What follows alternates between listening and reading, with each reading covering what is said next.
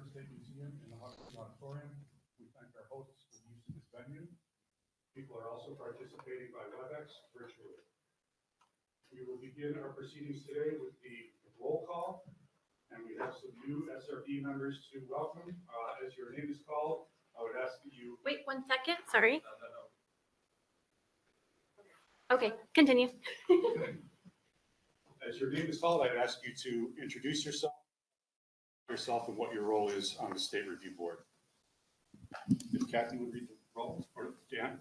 Okay, Jennifer Lemack. Here, Jennifer Lemack. I'm a historian and the Department of Education's representative. Peter Rubin. Well, Peter Rubin, the Director of the Office of Indian Nation Affairs, and I'm here on behalf of the DEC Commissioner. Heather Maybe. Heather Maybe. I'm the chair of the Saratoga Capital District Region State Park Commission, and I'm here representing Brian Irwin, the State Park Commission chair. Ruth Pierpont. Ruth Pierpont. I was the former Deputy Commissioner for Historic Preservation and for many years the Deputy State Historic Preservation Officer, and I'm very glad to be here.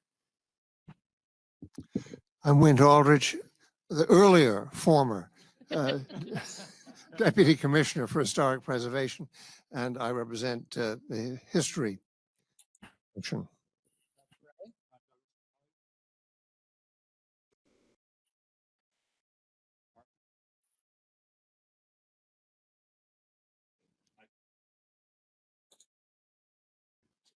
Alicia Mayo.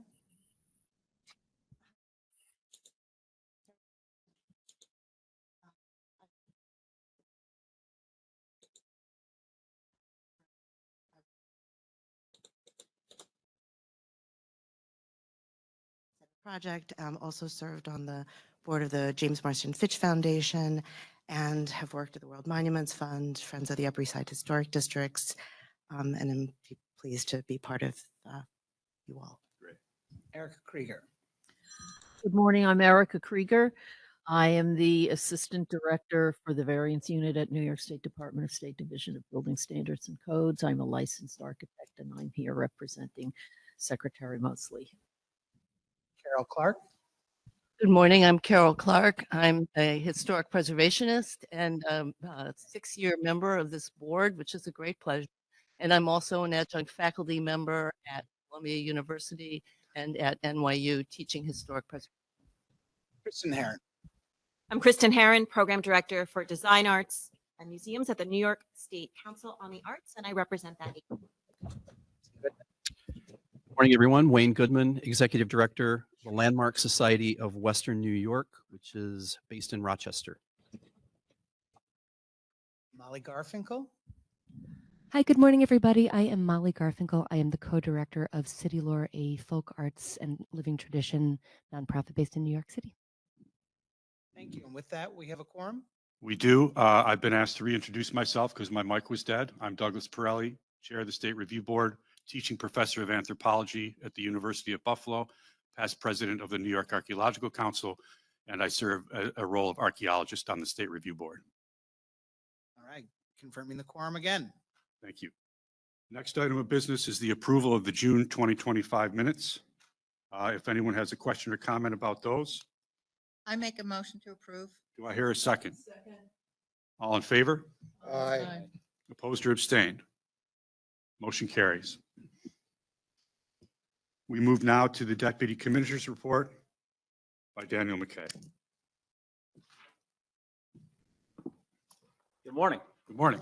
I'm early on the agenda today because at some point I will need to leave this meeting to attend and represent the commissioner at the Rev 4 Commission, the 250th Commemoration Commission meeting held at SED, State Education Department on Washington Avenue at 2 o'clock. So maybe you conclude your business by then and maybe you don't, but I'll be around till about 1:15. So happy 200th meeting. And there's a lot, that's a lot of meetings. In that time of 200 meetings, have set a national record for the number of National Register nominations. You have a stellar track record of diversifying New York's listings on the National Register. and you've made New York the nation-leading state for federal rehabilitation tax credit use, paving way for over $5 billion in private investment in historic resources in the last 5 years alone. The work of this board has additionally fueled community redevelopment and placemaking in all 62 counties. It has, and Commissioner Pro Tem Randy Simons wanted me to thank you on his behalf for your commitment to the work of the board. Well, Randy is down at the governor's cabinet meeting being held at Bear Mountain State Park, and hopefully maybe back in time to attend the RevWork Commission meeting this afternoon. So as you know, our new members are joining us, and for the first time in over a decade, we have a fully appointed 16-member state review board. Congratulations on that, and how pleased we are that Felicia and Ruth have joined us for this critical work. You all, Felicia and Ruth, you did introduce yourselves, but let me add to your introduction. As many know, Ruth Pierpont is my predecessor in the title of Deputy State Historic Preservation Officer. She served New York State Parks for 23 years at the Division for Historic Preservation, following an exemplary earlier public service record leading the City of Troy's planning office. And since her retirement from New York State Parks in 2016, she served on the board of the Preservation League of New York State. Also joining us, of course, is Felicia Mayrow. She is the Office and Grants Administrator at the Bernard F. and Alva B. Gimbel Foundation. The foundation's grant making is now focused on 2 programs, defending and strengthening democracy and climate and environmental justice. From 2000 through 2018, the time frame I first met Felicia, she served as director of the New York City-based Neighborhood Preservation Center when it was first launched as the project of the St. Mark's Historic Landmark Fund. She led the Landmark Fund as its executive director and currently serves on its board. In addition, she has worked for several not-for-profits, as she noted, including the World Monuments Fund and Friends of the Upper East Side Historic District. So Felicia and Ruth, thank you for joining us. We look forward to all your contributions to the reviews and discussion that really is at the center of the board's work. I wanted to provide an update on the Revolutionary War Commemoration Commission. The 250th Commemoration Commission meets later today here in Albany. Both the State Education Department and New York State Office of Parks, Recreation, and Historic Preservation will seek to secure commission approval for each agency's respective allocation from the enacted state budget, which had awarded $5 million to the commemoration and for distribution as directed by the strategic plan. So each agency has $2.5 million to distribute and utilize.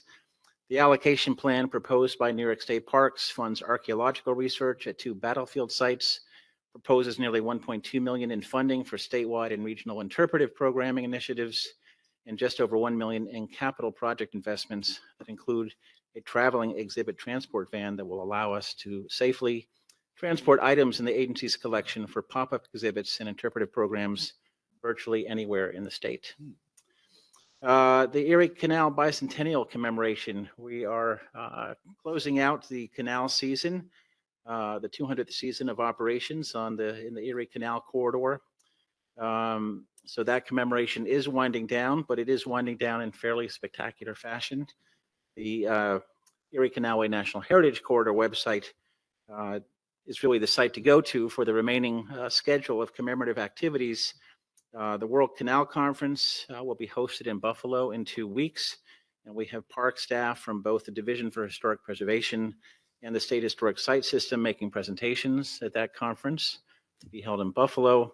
And then the Buffalo Maritime Center, which has constructed a full-size replica of the Erie Canal packet boat Seneca Chief, which first traversed the Erie Canal upon its opening in 1825, carrying Governor DeWitt Clinton. There is now a replica vessel that will sail across the canal corridor, has been sailing in the Western New York corridor in this summer, but it will make a cross-state voyage from Buffalo to Albany, beginning actually on the last day of the World Canal Conference, ending in New York City in late October at a commemorative event that the governor is likely to be involved in October 25th, 26th, Chelsea Piers area. I forget which dock they will specifically be at, but that will be the closeout activity for the bicentennial commemoration for the Erie Canal.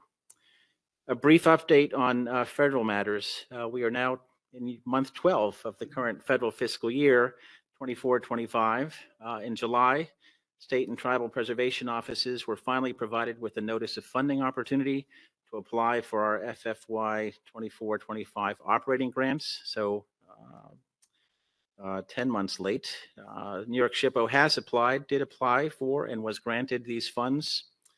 These total $1.7 million in operating support, which underwrites our programmatic responsibilities under federal law, Section 106 consultations, the National Register Program, which is the focus of this board's work, the Federal Rehabilitation Tax Credit Program, and the Certified Local Government Program, among other responsibilities.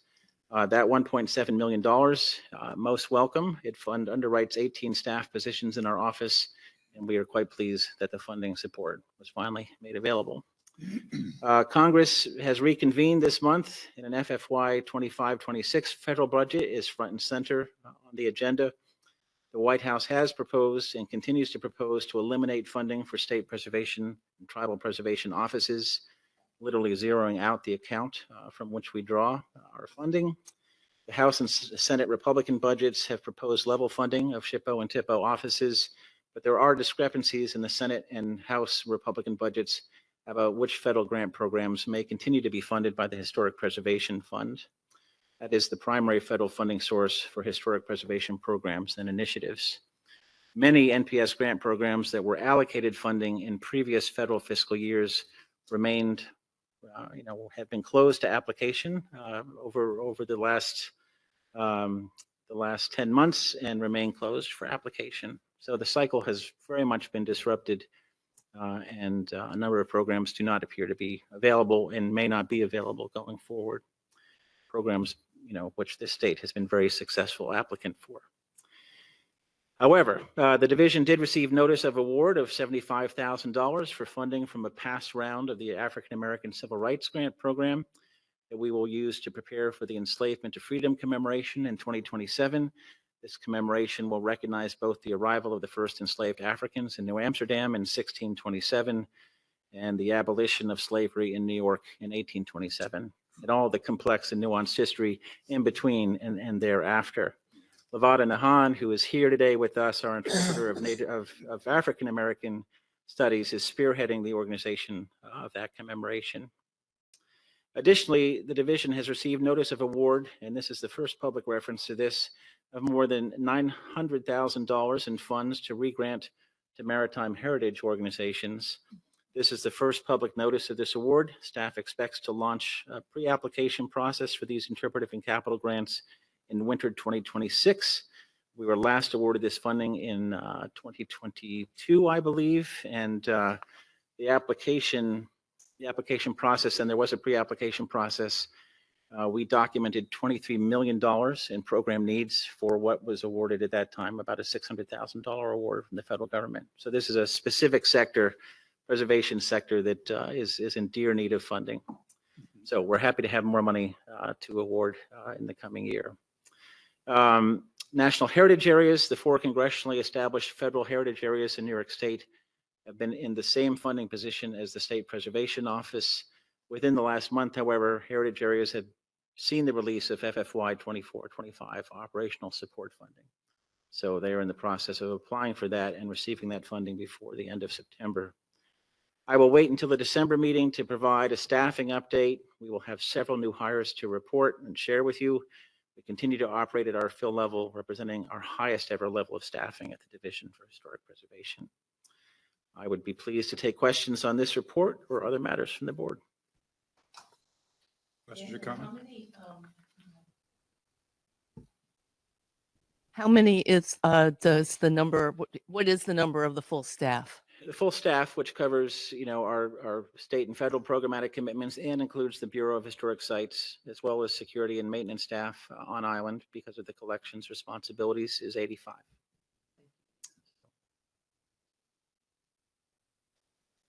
Hello, Ruth. Go ahead. Oh. Go ahead. I just think that given, should we say, the difficulties of government funding these days and government support generally, There's an amazing amount of good news there, especially building up the staff levels. But next year it could be different. We have to prepare.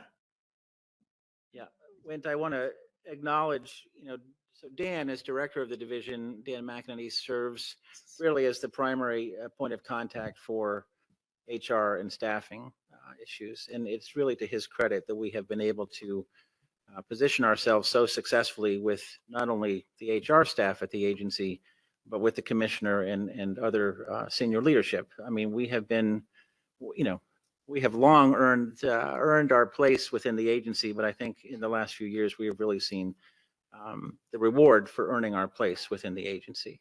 So credit to Dan and other members of the senior staff team for getting us there. The other thing to note, I mean, we were waiting 9 months to apply for last year's funding, so to speak. It was an odd situation. I want to give credit to the staff, which, the NR unit and some other program areas are represented here today. It's obviously not our full staff, but the patience that staff showed, in this really perilous funding environment. You came, you asked questions of Dan, you asked questions of me. You never panicked. Thank you. And I just want to represent, my appreciation of your trust that achieving this goal to the extent that we could control the outcome or advocate for the outcome. Kudos to you. I mean, it really speaks to a highly professional staff that is supportive of each other, looking out for one another. We got through the gauntlet, at least this year. So we'll see what happens with the federal budget in the next month or so. A continuing resolution, if that is the immediate outcome, would provide level funding for our office. So that and other state preservation offices. Ruth. We former deputy commissioners think alike, I guess. So I want to echo what Wynn said. I think that the progress and what is happening in the division is just amazing right now. And specifically, I love the article about the 25 National Register nominations. It really showed how we've changed over the years and right. the difference in the nominations. Yeah, it shows it's quite a story arc.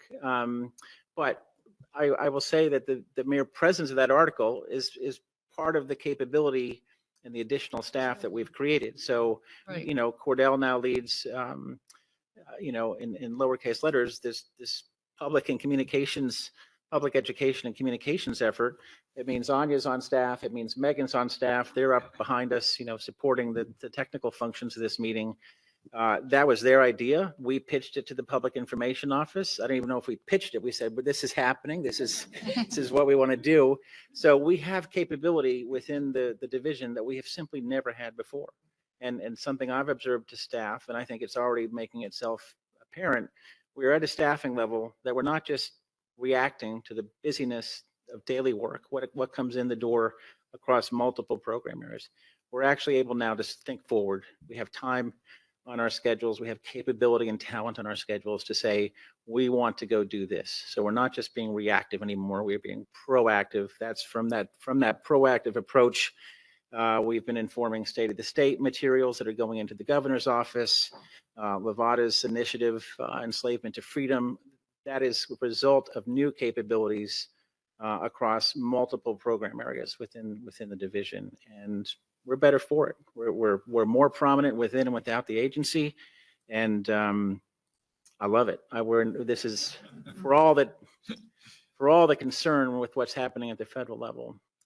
We have put together an impressive and high-flying operation here. So great credit to all of you for achieving that, and I'm most appreciative.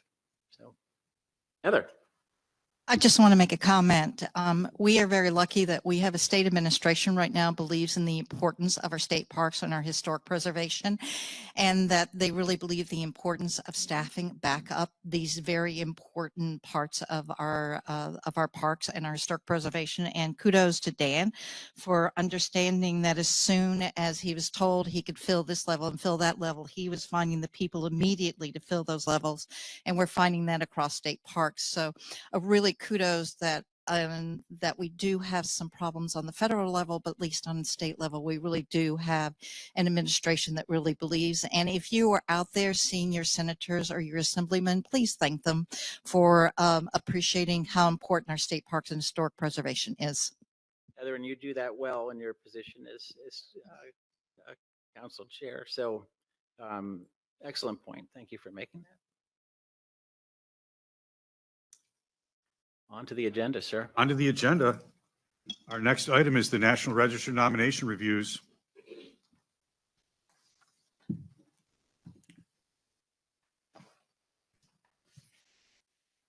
Good morning. Good morning. Welcome everyone to our 200th meeting of the New York State Review Board for Historic Preservation. Thank you for joining us here at the Huxley Theater at the New York State Museum in Albany. We welcome our nomination sponsors, consultants, property owners who have worked very hard alongside our National Register staff to prepare the nominations you will see today. A special thank you goes to Campbell Higgle, who prepared the presentation slides that you will see. Through our presentations today, you will hear about 21 National Register nominations from 14 counties across New York State. To name a few, we will hear about conservation practices at the 1883 barn, one-room schoolhouses in Saratoga County, healthcare in the Bronx, and archaeological efforts at the Pine Street African Burial Ground in Kingston. With these nominations, we will recognize 15 different areas of significance, with periods of significance starting in 1750 all the way through 1978. Included in these nominations is the McKinley Parkway Historic District, which as proposed will be the largest in New York State in terms of number of resources. Altogether, we will add over 5,000 properties to the state register with our meeting today. Of these nominations, 13 are in support of commercial tax credits, and 8 are honorary designations. To the board, please note that you were provided the Albany Industrial and Warehouse Historic District for review. However, that nomination has been postponed, and we hope to see it at a future meeting. I also want to welcome our newest Survey and National Register staff member, Tamara Pilson. Tamara joins us after graduating from Cornell University with a master's in historic preservation planning. She joined us just a few weeks ago, so no presentations today, but we look forward to her first presentations at our December meeting. No pressure. For our guests who are joining us remotely and who have a special interest in nominations presented here today, you are welcome to offer comment following the presentation of your nomination. Each virtual attendee should have the ability to unmute yourself when it is your turn to speak. With that being said, we will start our presentations with our first nomination in Ulster County. Here we go.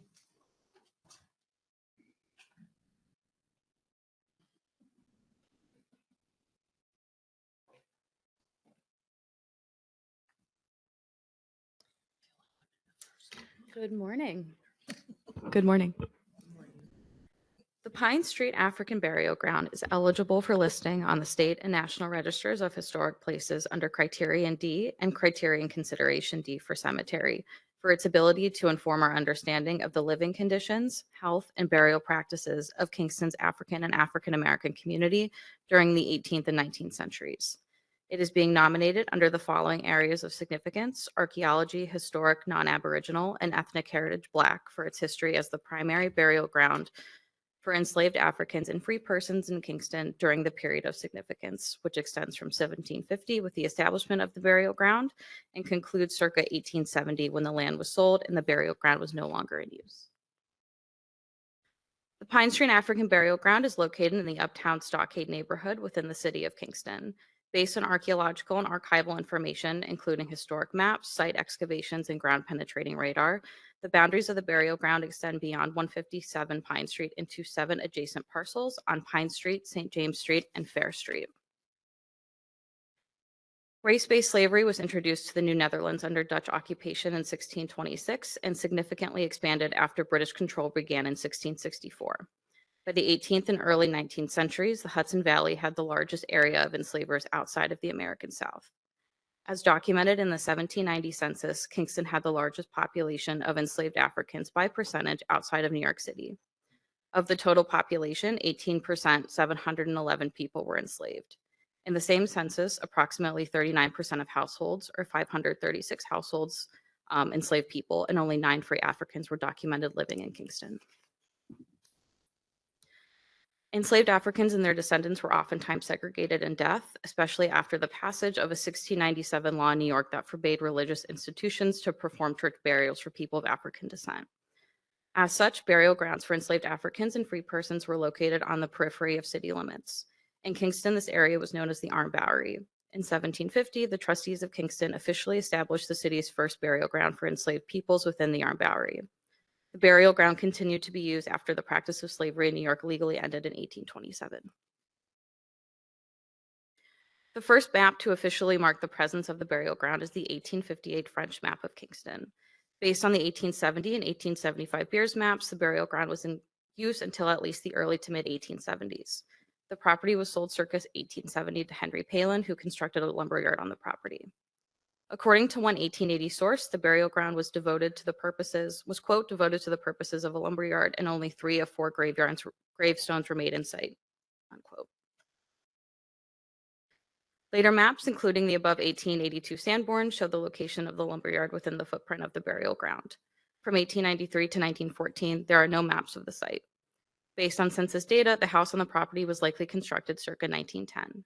As shown in the 1915 Codwise map, several lumber sheds remained at the rear of the property after the home's construction, but they have since been demolished.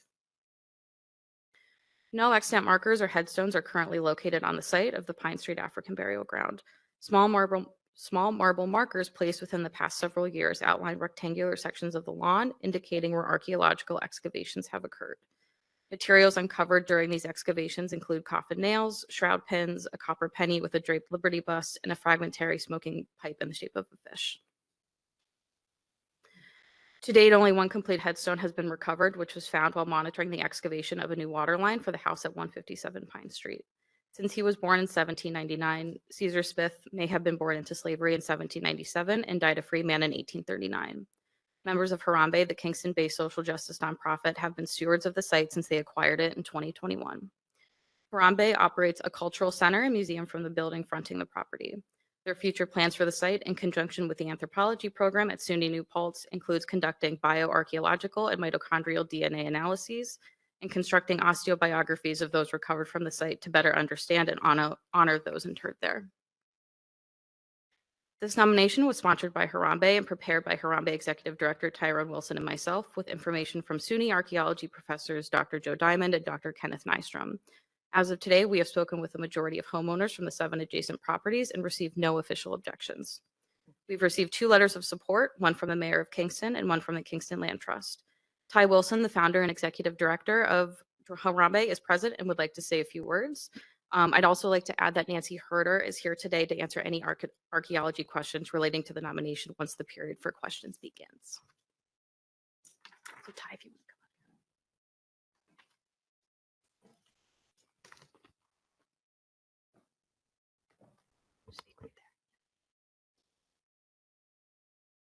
come Hi, good.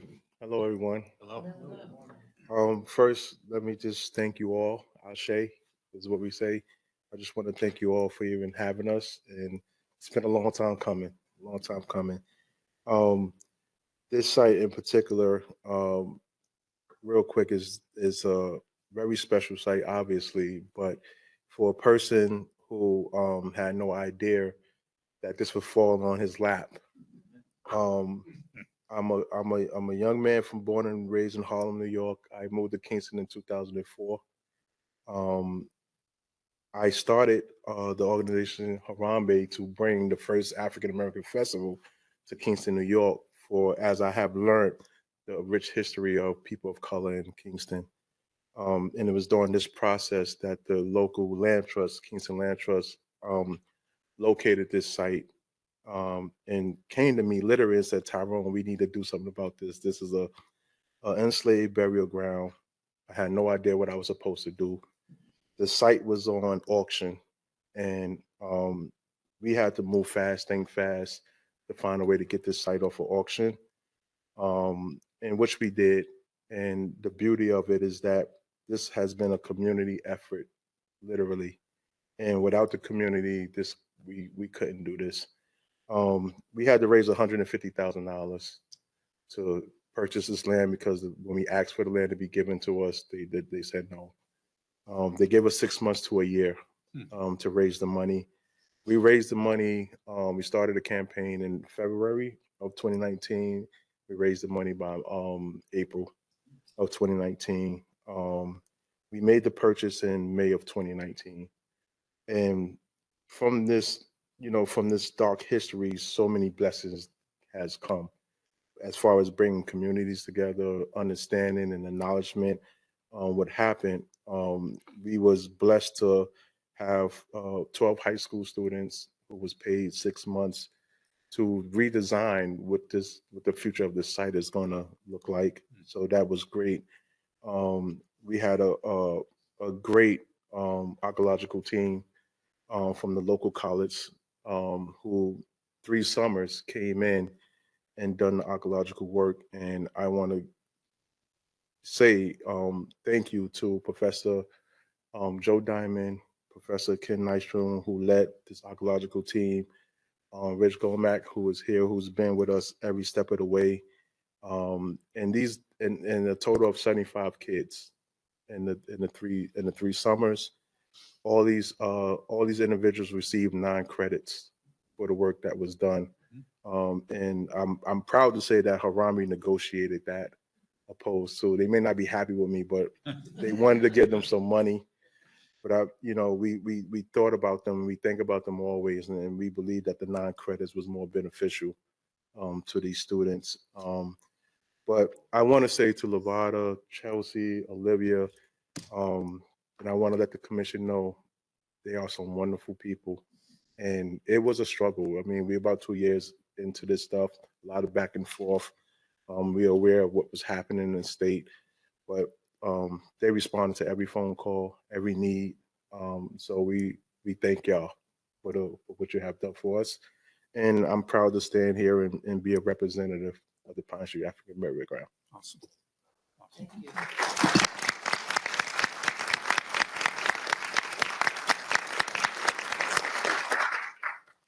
Questions or comments from the board? Well, it's the archaeologist in the room. I have a few.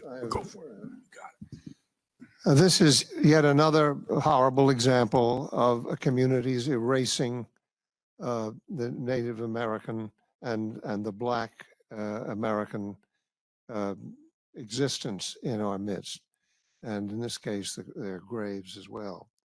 And one of the facts that stood out to me, I think I'm right in saying, given the decision by the city of Kingston in the 1790s or early 19th century that we heard, this was public property and municipal property.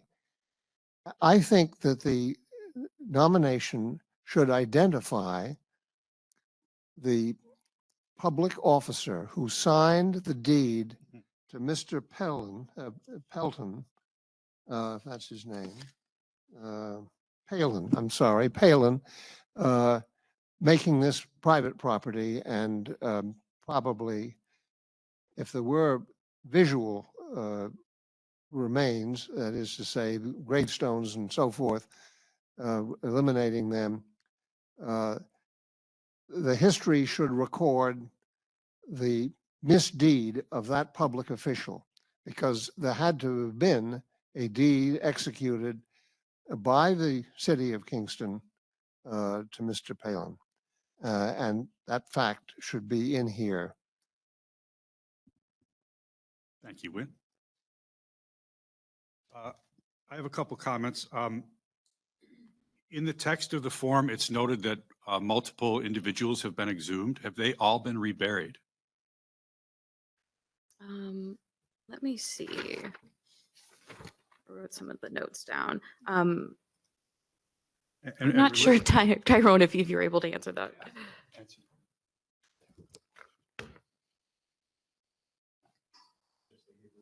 Yeah, you guys should just stay there. Oh, no problem.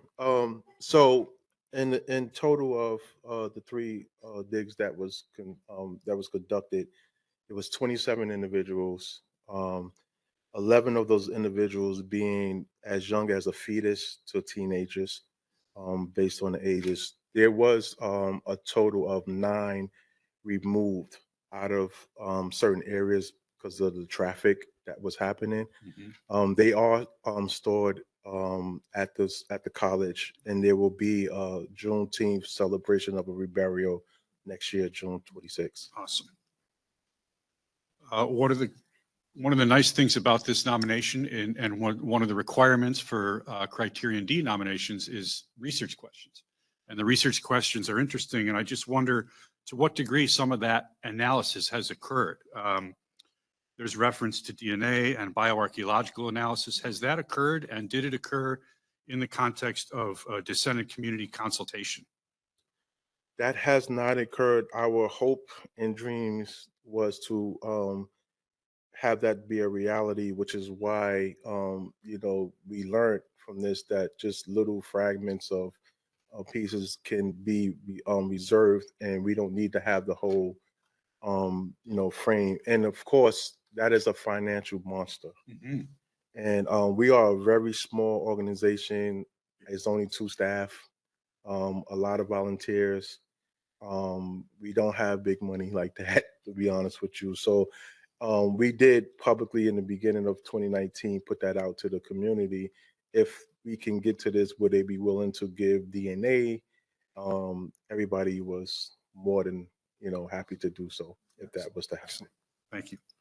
One editorial comment. The references to the test units are a little bit confusing and inconsistent. I think a nice addition to this would be a map showing the archaeological excavation apertures, so long as that doesn't give people too much information about where important things are at this publicly accessible site. And I'm dying to know how useful the GPR was. Did you have GPR hits for all of the actual interments? And GPR is this thing that people think answers a lot of questions archaeologically, and it often doesn't. So I'm really curious about the application of GPR in this context and how successful that was. I looked at the maps that are in the form, but I'm just curious as to what your impression is. I can actually speak to that too. Cool. The GPR was, in my opinion, one of the greatest things we did. Yeah. It gave us location. So all the digs that happened on the site was very intentional. We knew exactly where to go. It showed us, if you ever seen the images, it gives you body frames. And so we knew exactly where to go because of the GPR. So GPR was outstanding. Awesome. Cool.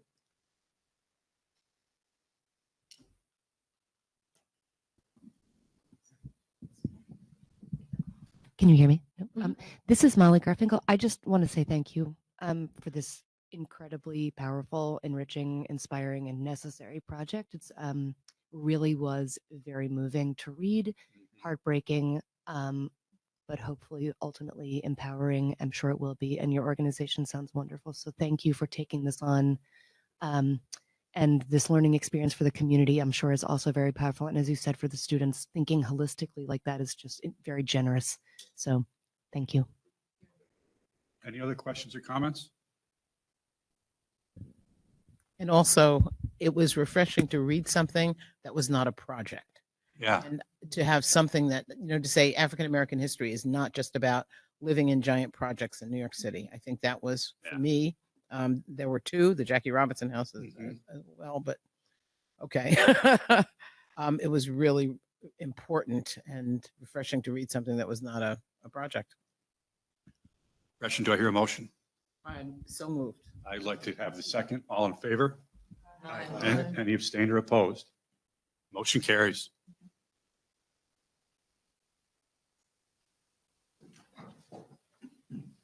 Speaking of Jackie Robinson. Speaking of projects. Thank you for what you said, Gretchen. Here we go. Where's it? Where's the remote? Olivia.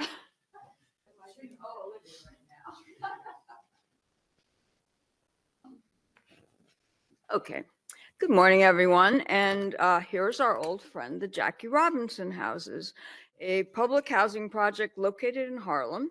And for those members joining us for the first time, the board tabled this proposal at its March meeting, asking me to consider whether it could be listed under criterion C in the area of architecture. And I'm going to give a quick recap for the new members.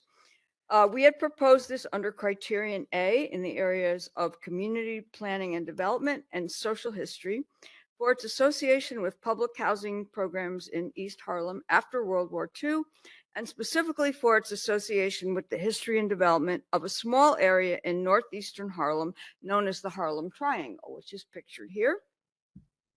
The complex was built in 1973 and designed by J. Max Bond, an important local Black architect. The argument for significance was that the Harlem Triangle neighborhood had been proposed for clearance and redevelopment as an industrial site. And two local groups, the Community Association of the East Harlem Triangle and the Architects Renewal Committee of Harlem, or ARCH, pictured here, chaired by Max Bond, fought back to prevent the industrial scheme and to negotiate the development of projects that would instead represent the community's wants and needs, such as affordable housing. The Jackie Robinson houses represents the success of this effort, and that both the Community Association and J. Max Bond, who as head of ARCH was an important player as well as the project designer. The industrial project was scrapped, but this was the only NYCHA project built in the Harlem Triangle. Okay, so while everyone agreed on that aspect of significance, staff did not feel that the building met criterion C as a good representative example of a type, period, or style, or that it was the work of a master, because even if we judged Bond to be a master architect, the criteria require that this be one of his masterworks, and we didn't feel that it met that test. And since the board members felt strongly that it was eligible under criterion C, the project was tabled to give me time to do extra research. So the first thing I did was to look to my colleagues at the National Park Service for advice, because they are the ones who make the final decisions on these issues, not us. So I held a meeting with both our tax credit and our reviewers. They both read the final draft, and they both said unequivocally that they would not list the building under criterion C. There was not much discussion because neither one of them saw any case for significance in architecture.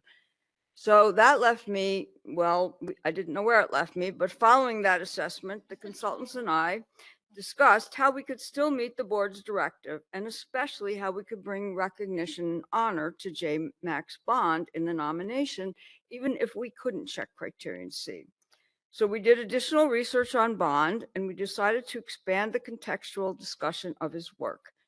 The revised nomination explains that he was most notable as an activist who focused on social justice, concerns that are reflected in his early work, such as this, as he advocated for buildings that didn't displace people or disrupt traditional urban plans.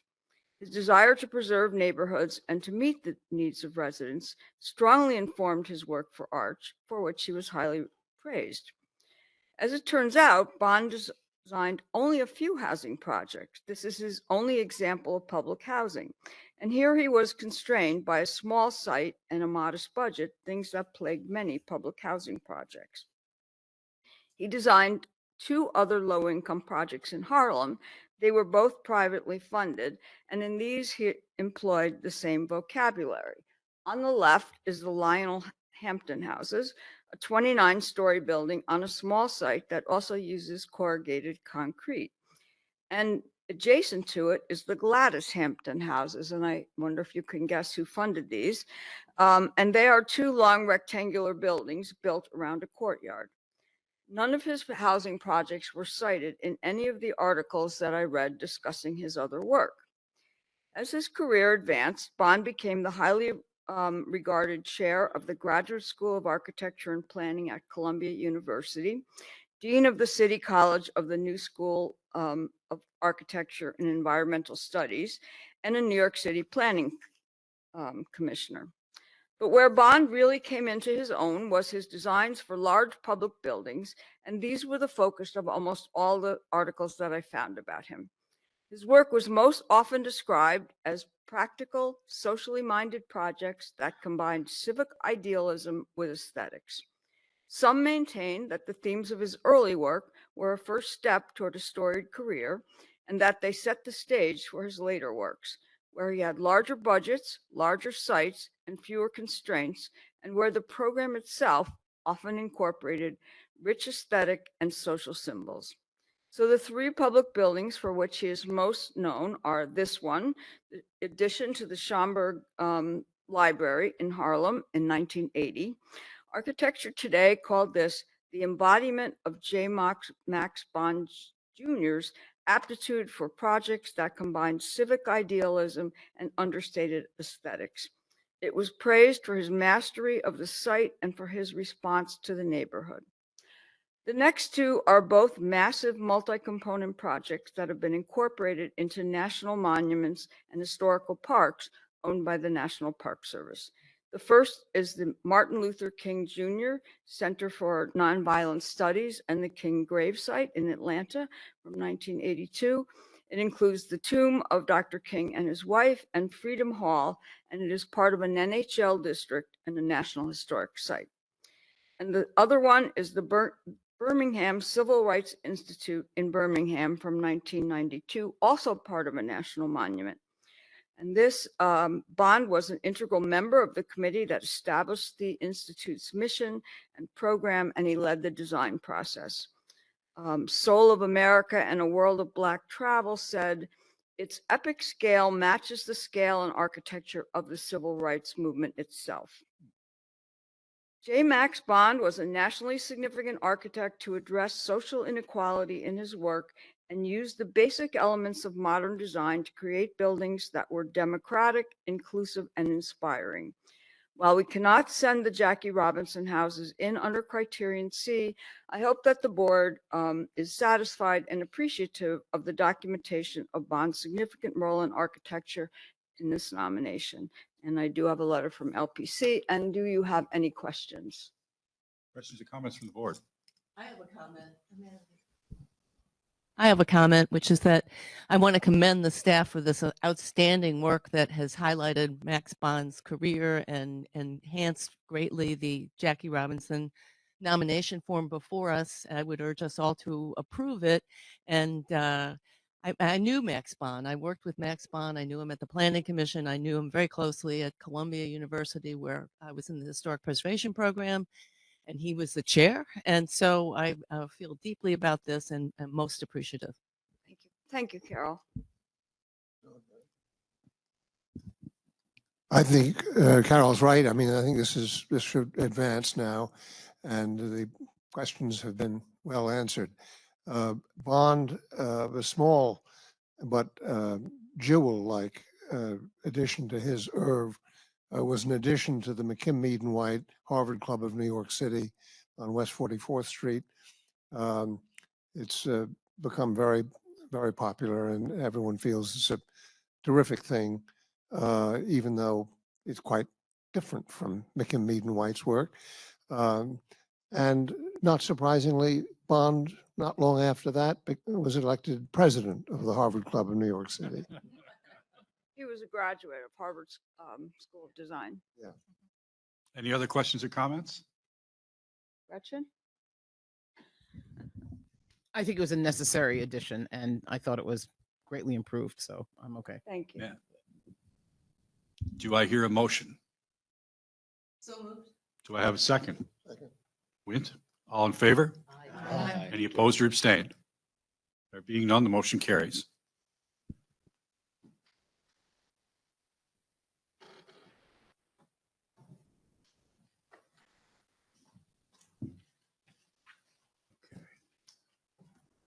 Good morning, everyone. Morning. Let's see. Here we go. All right. Today we have the Roswell Beckwith Senior House, which is being nominated to the state and national registers of historic places under Criterion C in the area of architecture. The period of significance is 1804 in recognition of the year the Roswell Beckwith Senior House was constructed.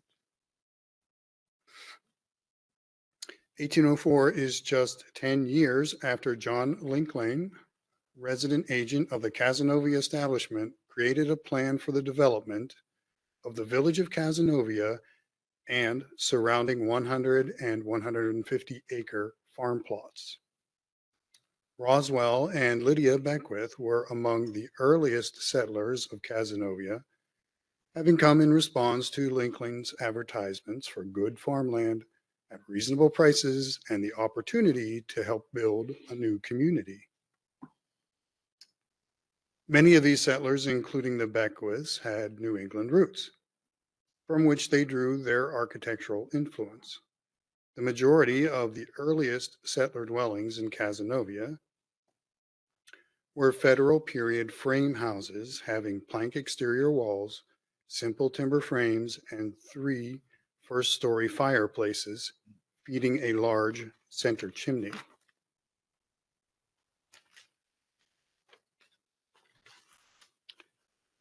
The primary mass of the house retains most of its 1804 layout and fabric on both the first and second floors. The front entry parlor, bedroom, dining room, and kitchen on the first floor retain all of the simply articulated details of early federal period style, such as seen here looking into the parlor through the entryway. And note the built-in cupboards you can just barely see to the right. That's a feature that found in several places of the house. Also, the federal trim and the period door frames. All right, next slide. All 3 of the original fireplaces are retained. Shown here on the left is the fireplace on the east wall of the parlor, having a federal wood mantelpiece of simple design with twin colonnettes on each side, a deep flatboard section over the hearth, and a deep molded top shelf. On the right is the smaller dining room fireplace with built-in cupboards above. The large brick cooking hearth with cranes and beehive oven of the former kitchen dominates the interior southeast space. The extensive wood mantelpiece of unembellished federal design remains in place. The second floor of the original main house contains a large open space that also has not been altered, other than adding a small bathroom. The photo here shows the center chimney, wide plank flooring, and entrances to 2 original bedrooms. The Roswell Beckwith Senior House is a representative example of the local expression of New England domestic center chimney architecture that defined the settlement period residences in Cazenovia during the early 19th century. Yet, while there are well over 50 of these center chimney houses remaining in the town, all but 2 lack historic integrity due to significant alterations. And of these 2, the Roswell Beckwith Senior House is the oldest and best preserved. This nomination was prepared by Ann Ferguson and Ted Bartlett of Cazenovia Heritage. Thank you. Questions or comments? Questions or comments from the board? Did I see a garage in some of the pictures, and is that a non-contributing? That is a non-contributing garage, early 20th century. All right, so would the building designation be 1 contributing and 1 non? I believe that's correct. Okay. I think it's 1 and 0 on the form. Just double check that. Questions or comments? Did I see that one of the preparers was someone named Beckwith? So Yes. it's a descendant, I assume? I think Ann Ferguson, I'm not quite sure the exact relationship there, but yes. That was interesting. Yeah. Yeah. Any other questions or comments or a motion? I make a motion to approve. Do I have a second? Second. Ruth, all in favor? Aye. Any opposed or abstained? Motion carries. Thank you. Thank you.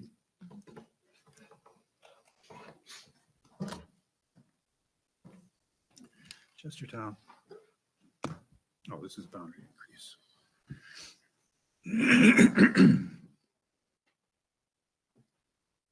Good morning. I know you all had a lot to review for the McKinley district, so I appreciate you also reviewing this smaller, lovely district in Chestertown as well. Okay, situated on Main Street within the hamlet of Chester in Warren County, the Chestertown Historic District was originally listed in 1973 and encompassed only 3 buildings. This proposed boundary increase and additional documentation completes the district by adding 163 resources significant for their architecture and ability to convey how the community developed in the 19th and 20th century, particularly as a base for Adirondack tourism. The nomination also provides updated information for previously listed buildings, expands the period of significance to circa 1830 to 1967, and removes religion and exploration as areas of significance in favor of categories that better encompass broader themes such as community development and entertainment recreation, with a focus on tourism. Chestertown is a small hamlet of about 600 residents located within the eastern Adirondacks. This picturesque town offers easy access to a number of surrounding lakes and is easily reached from I-87.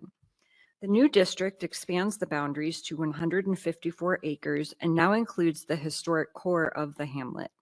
The original district can be seen on the map on the right, outlined in orange, and includes the Fowler House, Church of the Good Shepherd, and the former Chester High School. All 3 remain contributing, and the Fowler House is actually updated to include a small family cemetery that was omitted from the original nomination.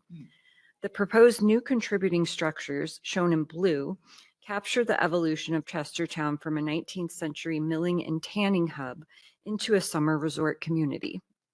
The period of significance ends in 1967 when the Northway opened, diverting tourist traffic away from Chestertown and thus diminishing Chestertown's role as a primary tourist route and commercial corridor. The town's historical roots in logging and tourism remain evident in its architecture and development patterns. Chestertown was established at the end of the 18th century as a crossroads village along the Great Northern Turnpike, which is now known as US Route 9 or Main Street through Chestertown. Entrepreneurs were drawn to the area for its location around several waterways that offered a perfect environment for milling. Industries such as logging also drew people to Chestertown, and from the 19th century on, sawmills, lumbering, and tanning were extremely economically important to the region. The earliest surviving buildings in the village date to the 1830s, at a time when Chestertown was emerging as a thriving industrial village with stores, residences, schools, and churches. The village was growing at the same time that tourism was taking off in the Adirondacks. With its location on this Great Northern Turnpike, the Hudson River, and near a number of lakes, Chestertown became a desirable destination and base for tourists. Hotels, inns, and resorts opened in and around the town. The most notable extant example is the Rising House, built just after the Civil War in the center of town on Main Street, which you can see in the top right. The concentration of buildings that make up the proposed Chestertown Historic District primarily showcase a blend of residential and commercial development. Key architectural styles include Greek Revival, Second Empire, Italianate Craftsman, Queen Anne, and Colonial Revival. The district has experienced relatively few alterations considering the building resources within its boundaries span nearly 200 years. The earliest structures can be seen on the top left. Wanted to make sure it was pointing the right way, dating from the 1830s. Though modified, they show the ways in which buildings were adapted for their most suitable use at any given time. In fact, the building in the forefront of the photo, the one with an awning, served as a Presbyterian church at one point, but it was converted into a store at a time when commercial property was in prime demand on Main Street. Other examples seen here show the variety of architectural styles and one of the best preserved Italianate commercial blocks in the town. Chestertown is notable for its mix of residential, commercial, and religious architecture that coexist side by side rather than reside in specific parts of the district. Although many commercial buildings are located on the northernmost part of Main Street and Church Street, there are also examples of churches, hotels, and residences, and the old high school that has since been repurposed as a town office and library. Nearly the entire span of the period of significance can be seen throughout all parts of the district, with 1840s structures sitting next to those built 100 years later.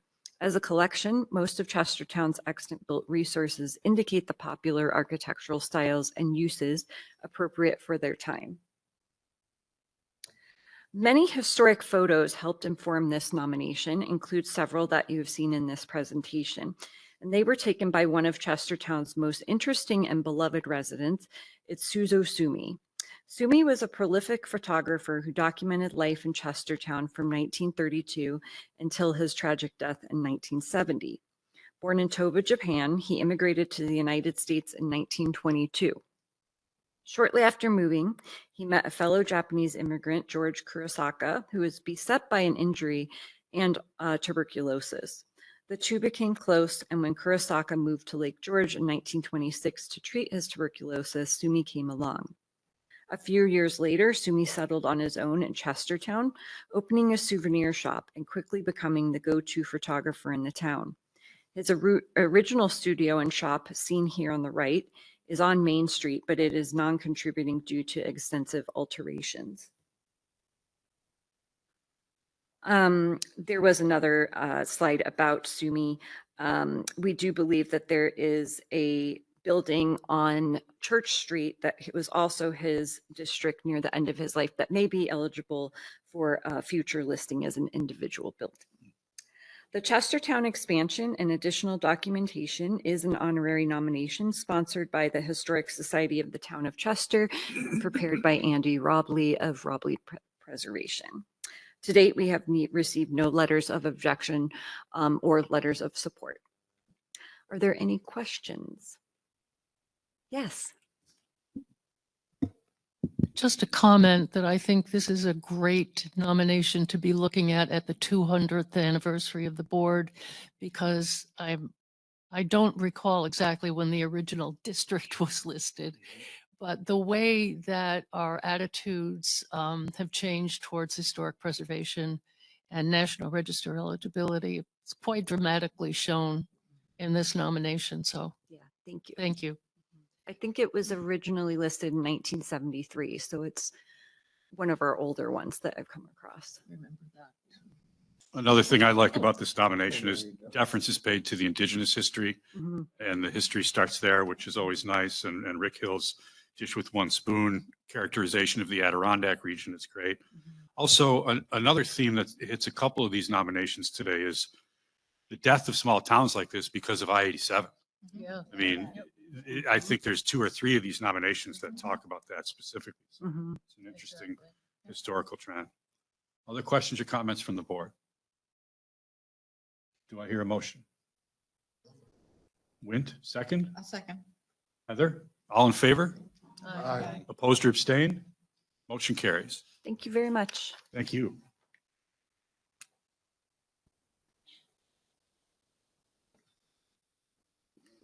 The Little Red Schoolhouse.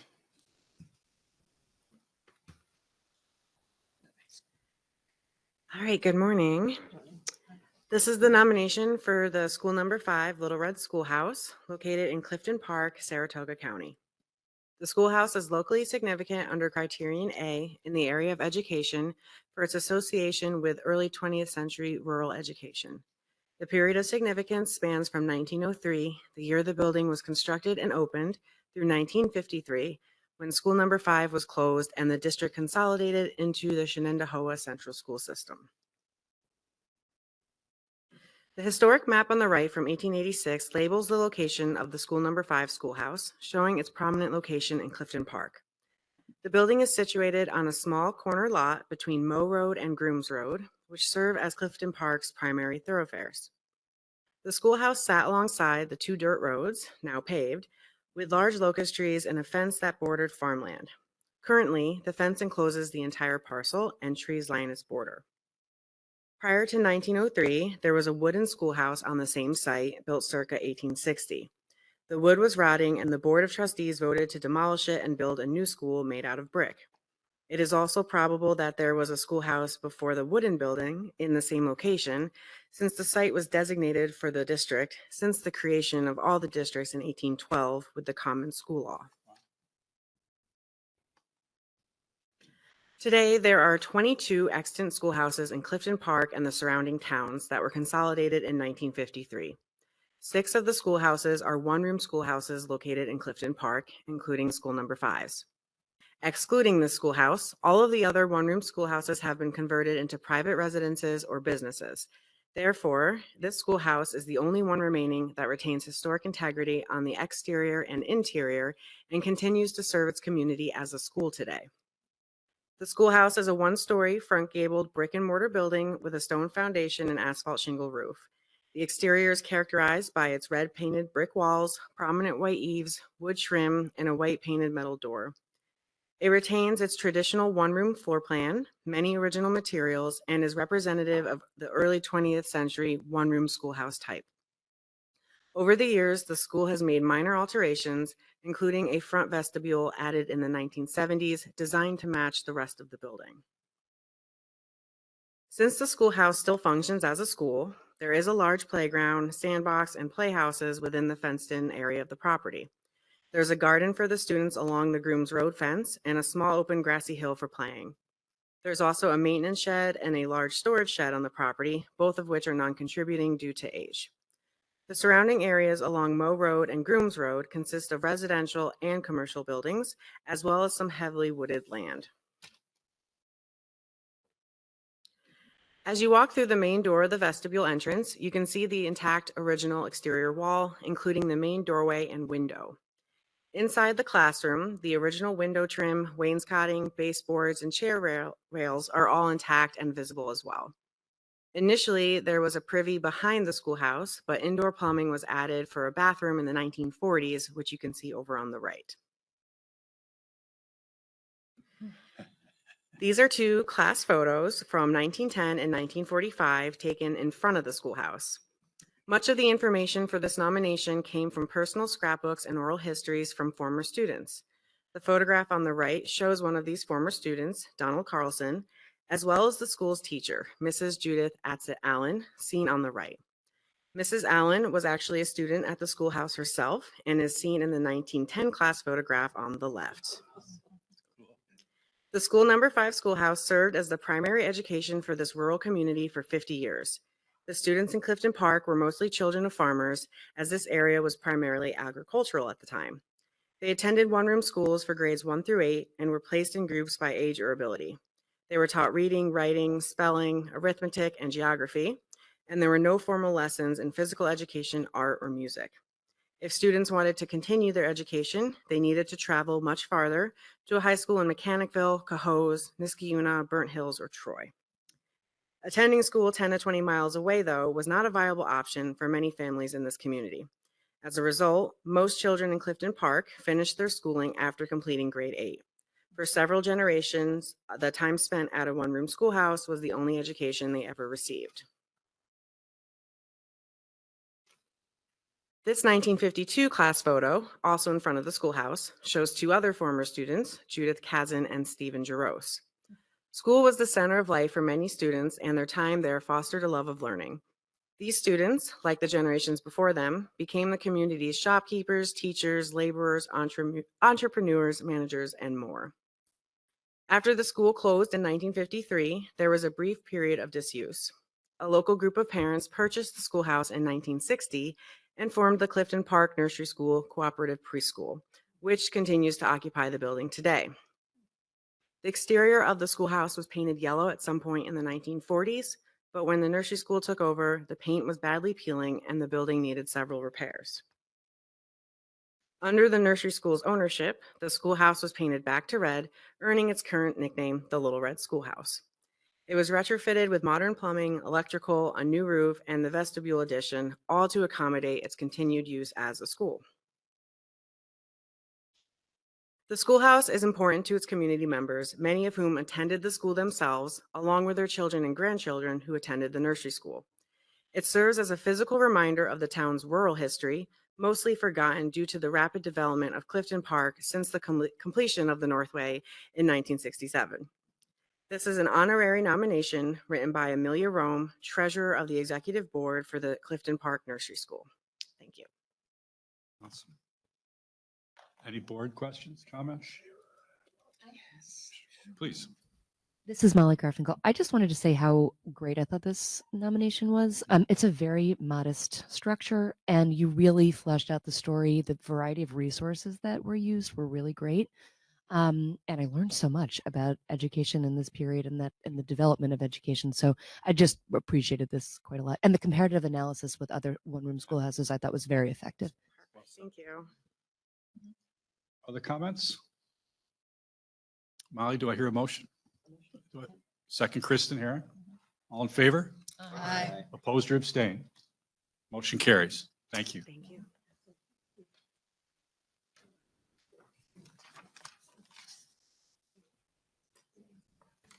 And now we're going to move downstate to Long Island with the Right. Corwith Jones Farmhouse. Yes. Yes. Good morning, everyone. Morning. So, the Corwith Jones Farmhouse, located in Southampton Town's historic hayground area, is significant under Criterion C as a representative example of a Greek Revival residence. The period of significance is circa 1843, representing the construction of the large Greek Revival block. The house was built for the Corwiths, one of the earliest families to settle in the Bridgehampton area. By the early 18th century, members of the family established a farm in Hayground, which continued to be operated by the Corwiths into the mid-19th century.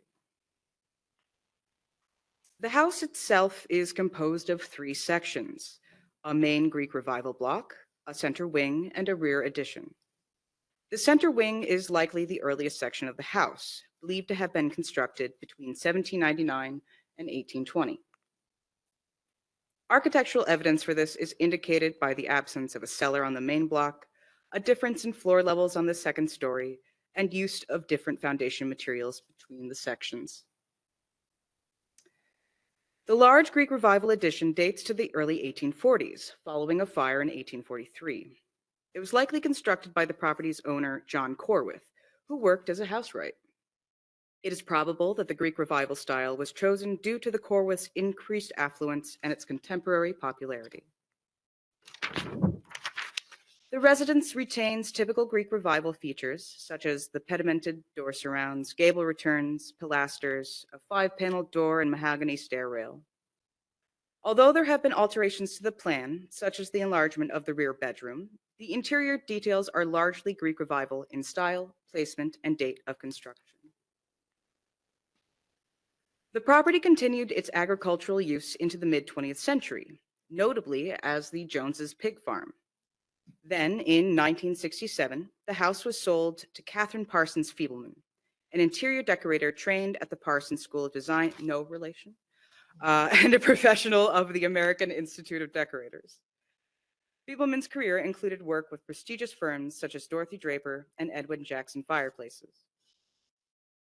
Her restoration work sought to return the house to a more historically appropriate Greek Revival appearance while adapting it to modern living standards. A major focus was the restoration of the house's facade, which she achieved by removing the 2 early 20th century porches. Feebleman also addressed serious structural concerns that threatened the house's longevity, including shoring up weakened joists and installing heavy beam framing. As a result of her efforts, the house continues to be in good repair and is currently maintained by its present owners, Jan and Kirk Flack. This is an honorary nomination prepared by Zachary Studenroth and myself. Any comments?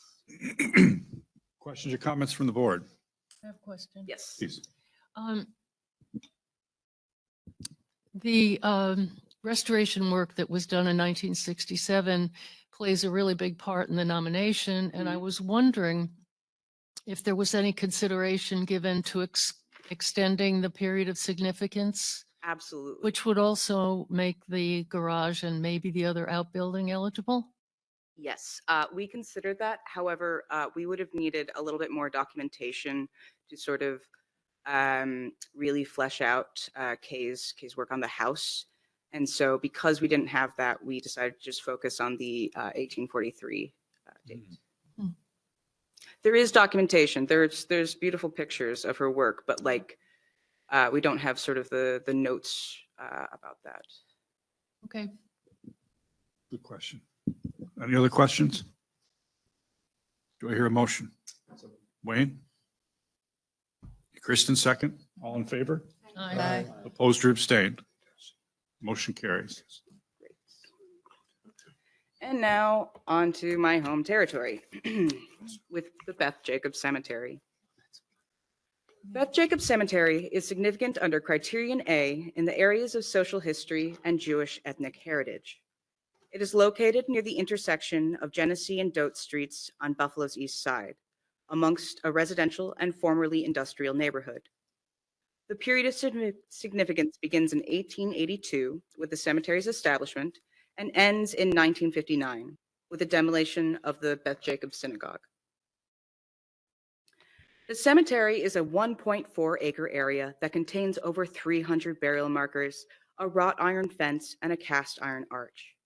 It is tucked away between the former Monarch Knitting Mill, which is a commercial tax credit project, and the former Erie and Western Railroad. It is located to the north of Concordia Cemetery, but separated by a non-historic fence. The Beth Jacobs Shul was formally incorporated in 1881 and became a vital institution for Buffalo's Orthodox Jewish immigrants, particularly those from Russia, Poland, and Lithuania. After a devastating fire, the congregation built a second synagogue in 1894, located at the corner of Walnut and Clinton Streets on Buffalo's east side. The building served as a house of worship and community gathering place well into the 1930s. However, in the 40s, suburbanization and urban renewal led to the congregation's decline, and the building was eventually demolished in 1959. The cemetery was an immediate necessity for these early Orthodox immigrants, and thus was established in 1882, only a year after the congregation's incorporation.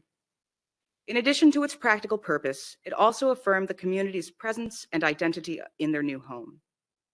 In contrast to other Jewish congregations that established their cemeteries outside of Buffalo, Congregation Beth Jacob chose to place its burial ground within the city limits.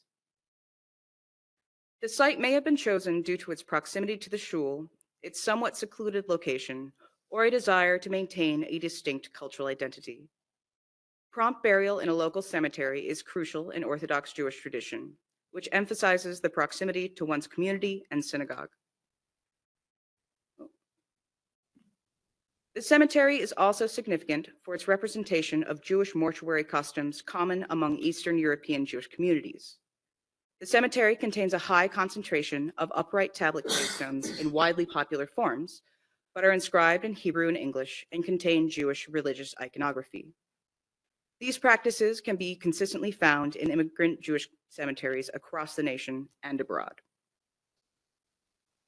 Many Jewish gravestones often have these 6 elements: a carved decoration, an optional introductory phrase such as beloved mother or wife, the person's name in Hebrew and English, the person's date of death in both the Hebrew and Gregorian calendars, the age of the deceased, and an epitaph, ranging from traditional abbreviations to extensive verse. As the Jewish population of East Buffalo began to move to the suburbs in the 20s and 30s, many of the original urban congregations declined, closed, or relocated. The majority of the 9 shuls that served the Eastern European Jewish community have been lost to demolition over the years. And now the Beth Jacobs Cemetery remains as the only surviving historic Jewish burial ground within the city of Buffalo. The cemetery is a rare and tangible record of the religious, cultural, and social practices of Buffalo's Jewish immigrants during a period of rapid growth on the city's east side. This is an honorary nomination prepared by Dr. John Bry and sponsored by the Jewish Federation of Greater Buffalo Cemetery Corporation. We have one letter of support from Assembly Member Patrick Schludzinski. Got it. And we have received no letters of objection. Do they want to say something, or are they good? No? Okay, all right. Any questions from the board? Is that Cemetery Association the landowners? They do own this, yes. Yeah, cool. And they maintain it? Yes. Great. Really interesting thing about this property is that it was basically forgotten for like 30 years, which, that there's a little bit of decay there, but it also prevented a lot of vandalism that was occurring in like the 90s. So like, kind of a lucky. Also in proximity to Concordia Cemetery and this notion of like a city of the dead within the city of Buffalo, putting all of the cemeteries in one sort of quadrant of the city. Is there any crossover activities between Concordia and this one? Not that we found. Can You know, I Concordia, I believe, is primarily like the German. So we've got different religions and different ethnicities going on. So not a lot of. Concordia has reached out to me recently about a possible underground railroad angle as well. So very cool. Yeah, so This it's is interesting. Chelsea, am I allowed part to of speak? town. Questions or comments from the board? I'll make a motion. Do I have a second? I have a second. Jennifer beat you to it. All in favor? Opposed or abstained? Motion carries. And now, on to the one that everybody's waiting for. Oh my God. All right. Time has finally come. That's not even a picture of the whole district. Nope. That's maybe a fifth, perhaps. Fifth? Yeah. What's that? The McKinley Parkway Historic District is significant under Criterion A in the area of community planning and development.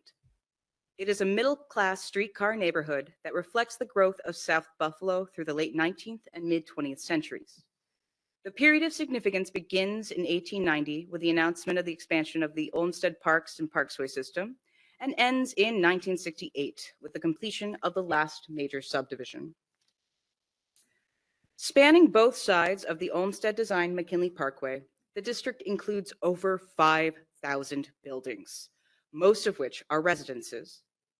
The district is bounded by Heacock Park and Cazenovia Creek to the north, South Park Avenue to the west, Dorrance Avenue to the south, and Onondaga, Potters, and South Legion Drive to the east. Before the establishment of Buffalo, this area was home to the Seneca, who resided here until 1842, when they reluctantly sold their territory to the Ogden Land Company. Speculators soon began clearing land in an attempt to attract European and American settlers. But due to frequent flooding and lack of reliable roads, the area was less popular than the land north of Cazenovia Creek, and so was gradually settled by German immigrants, most of whom established farms. It wasn't until the 1890s that development began in earnest, driven by four key factors. First was the extension of the Olmsted Park system between 1887 and 1895, which renewed interest in the area. Access to the park system made the neighborhood appealing to prospective homeowners and developers. Then, new roads and streetcar lines were built, allowing easier access to the city center. Before this, the only way was across the creek across a single toll road, and a return trip to downtown could take an entire day. And lastly, in 1899, the Lackawanna Iron and Steel Company announced the construction of a new mill just west of the district, generating a demand for worker housing. Through the 1800s, cities often lacked the infrastructure to support their populations, leading to associations with crowded conditions, disease, and pollution. And by the 1890s, many wealthy individuals had moved away from these urban centers. Soon enough, this pattern would be replicated by the working and middle classes, particularly in the first few decades of the 20th century, when idealized living was characterized by open space, semi-natural landscaping, and single-family homes.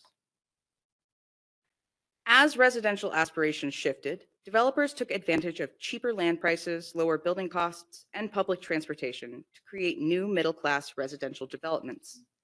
With access to the park system, quick travel to the city center, and a major employer just outside of the district, South Buffalo quickly became an attractive area for city dwellers who aspired to own houses of their own.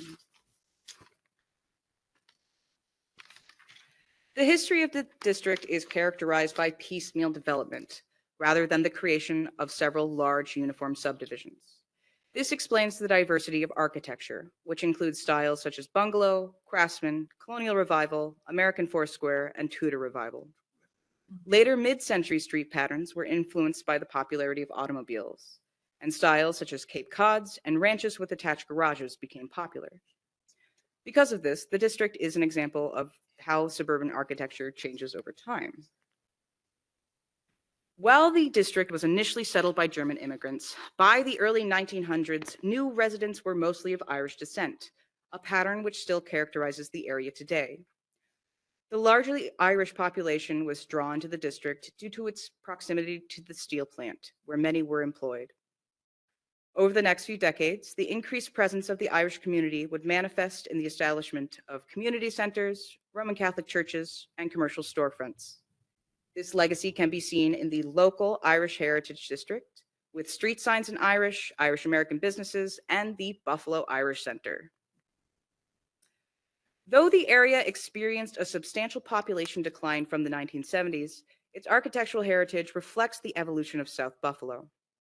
Due to community-led efforts, there have been few demolitions, and as a result, the McKinley Parkway Historic District is the largest district ever nominated for National Register listing in New York, with over 5,000 buildings. For comparison, the current largest district, the Sunset Park Historic District in Brooklyn, which was listed in 1988, only contains 3,445 properties. In sum, the McKinley Parkway District further acknowledges South Buffalo's contribution to the history of Erie County and New York State as a whole.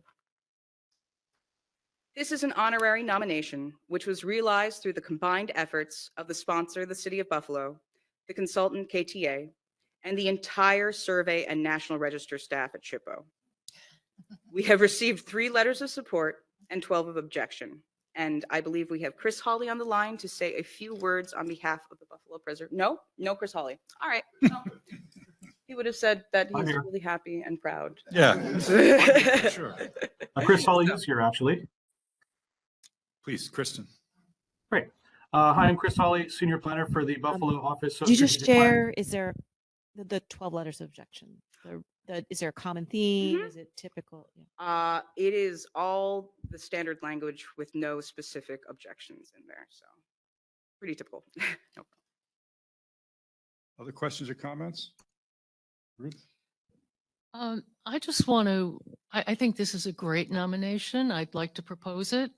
I think it's terrific that it's being shown at the 200th meeting. And I think it's great that the whole community seems to be behind it.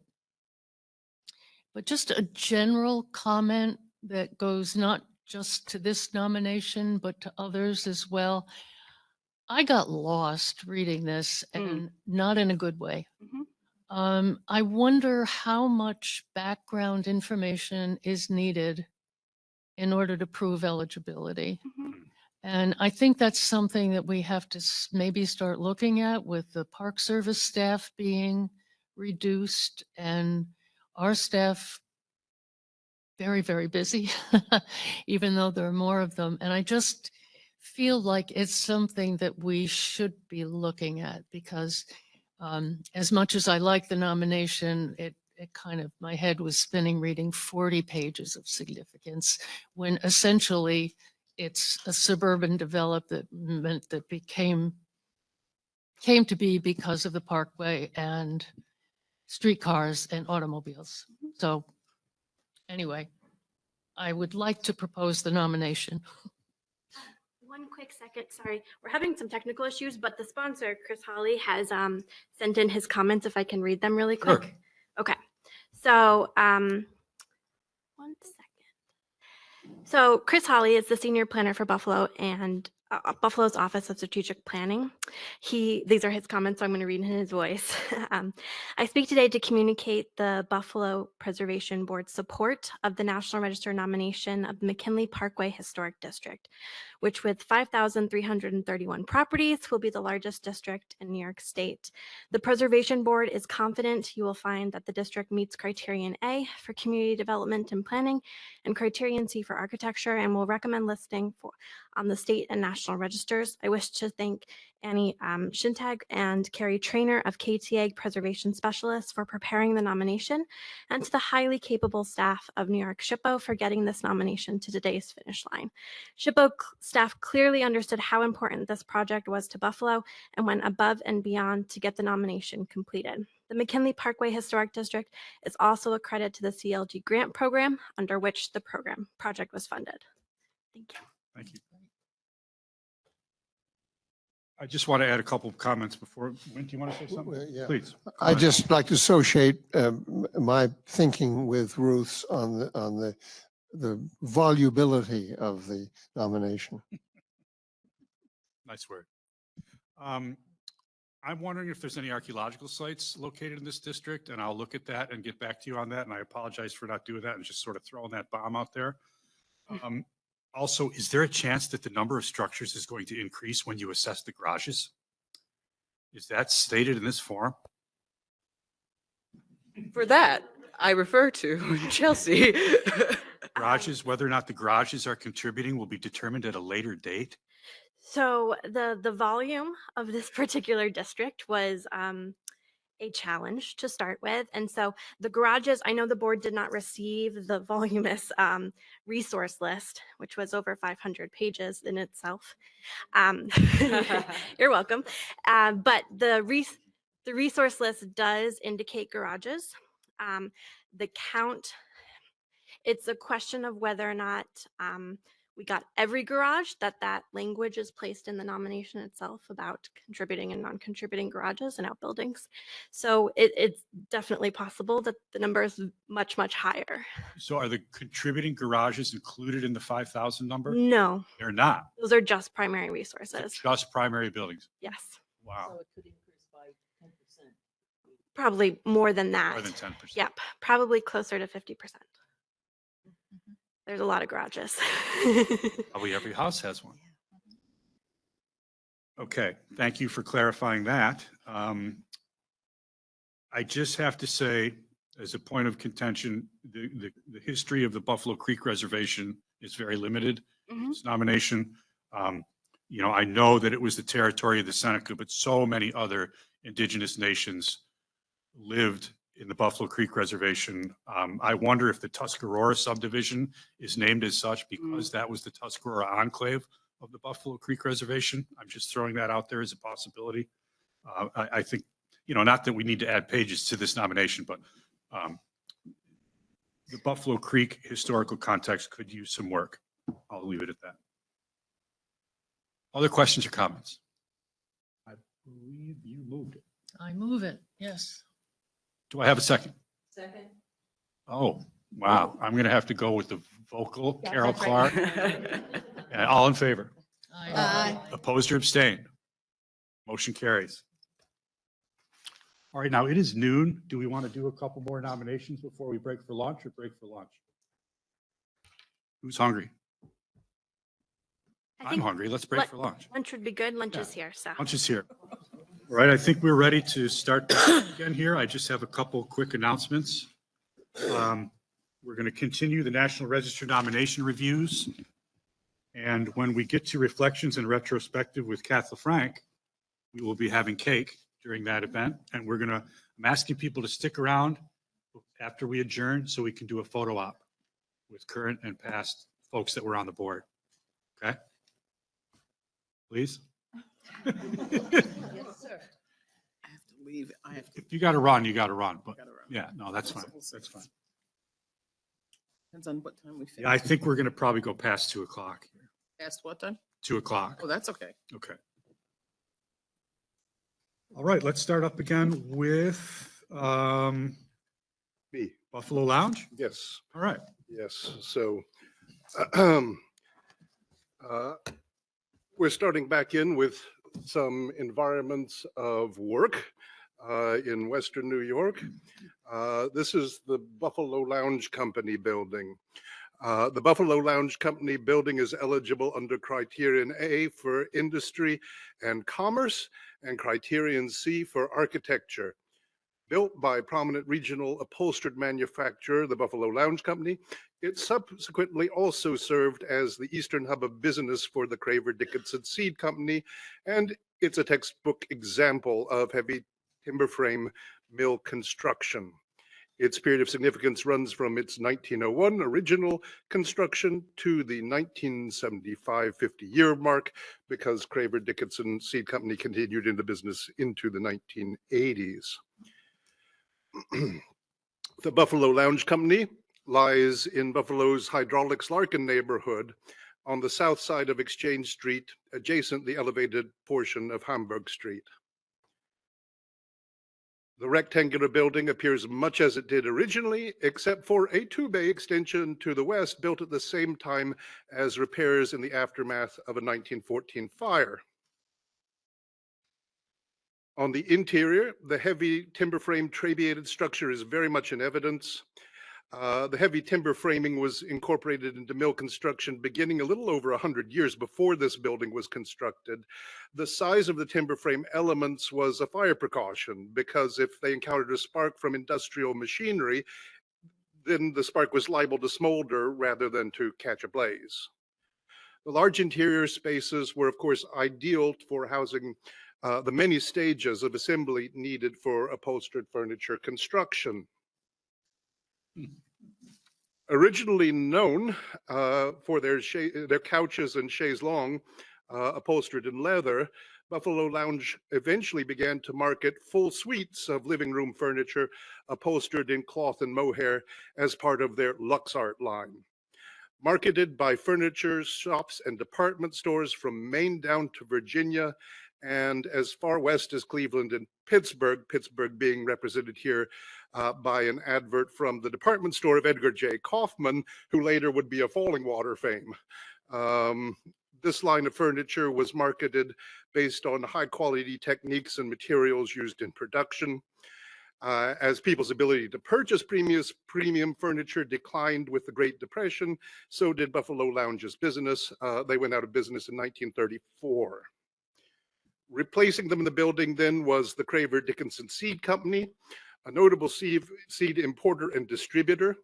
The company, which also had locations in Minneapolis and Chicago, used the building as its easternmost warehouse and distribution center into the mid-1980s. This nomination was prepared by Annie Shentag of KTA Preservation Specialists and has additions on the factory production and distribution by me. It is a commercial tax credit project, and it is being leased as flexible commercial rental space. Are there any questions? Questions or comments from the board?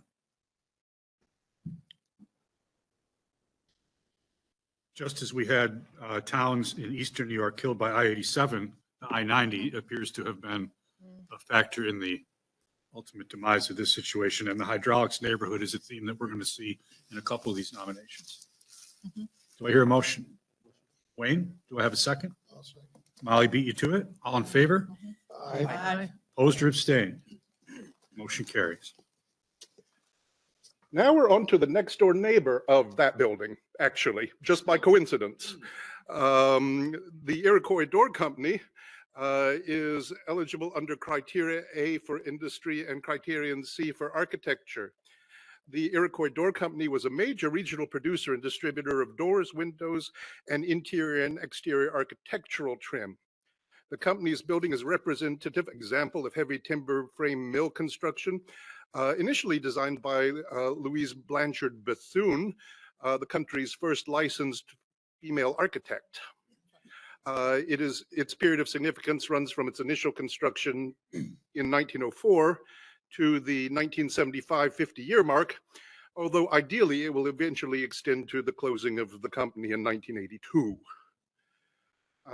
The Iroquois Door Company lies in the hydraulics Larkin neighborhood of Buffalo on the south side of Exchange Street, immediately to the east of the Buffalo Lounge Company that we just discussed.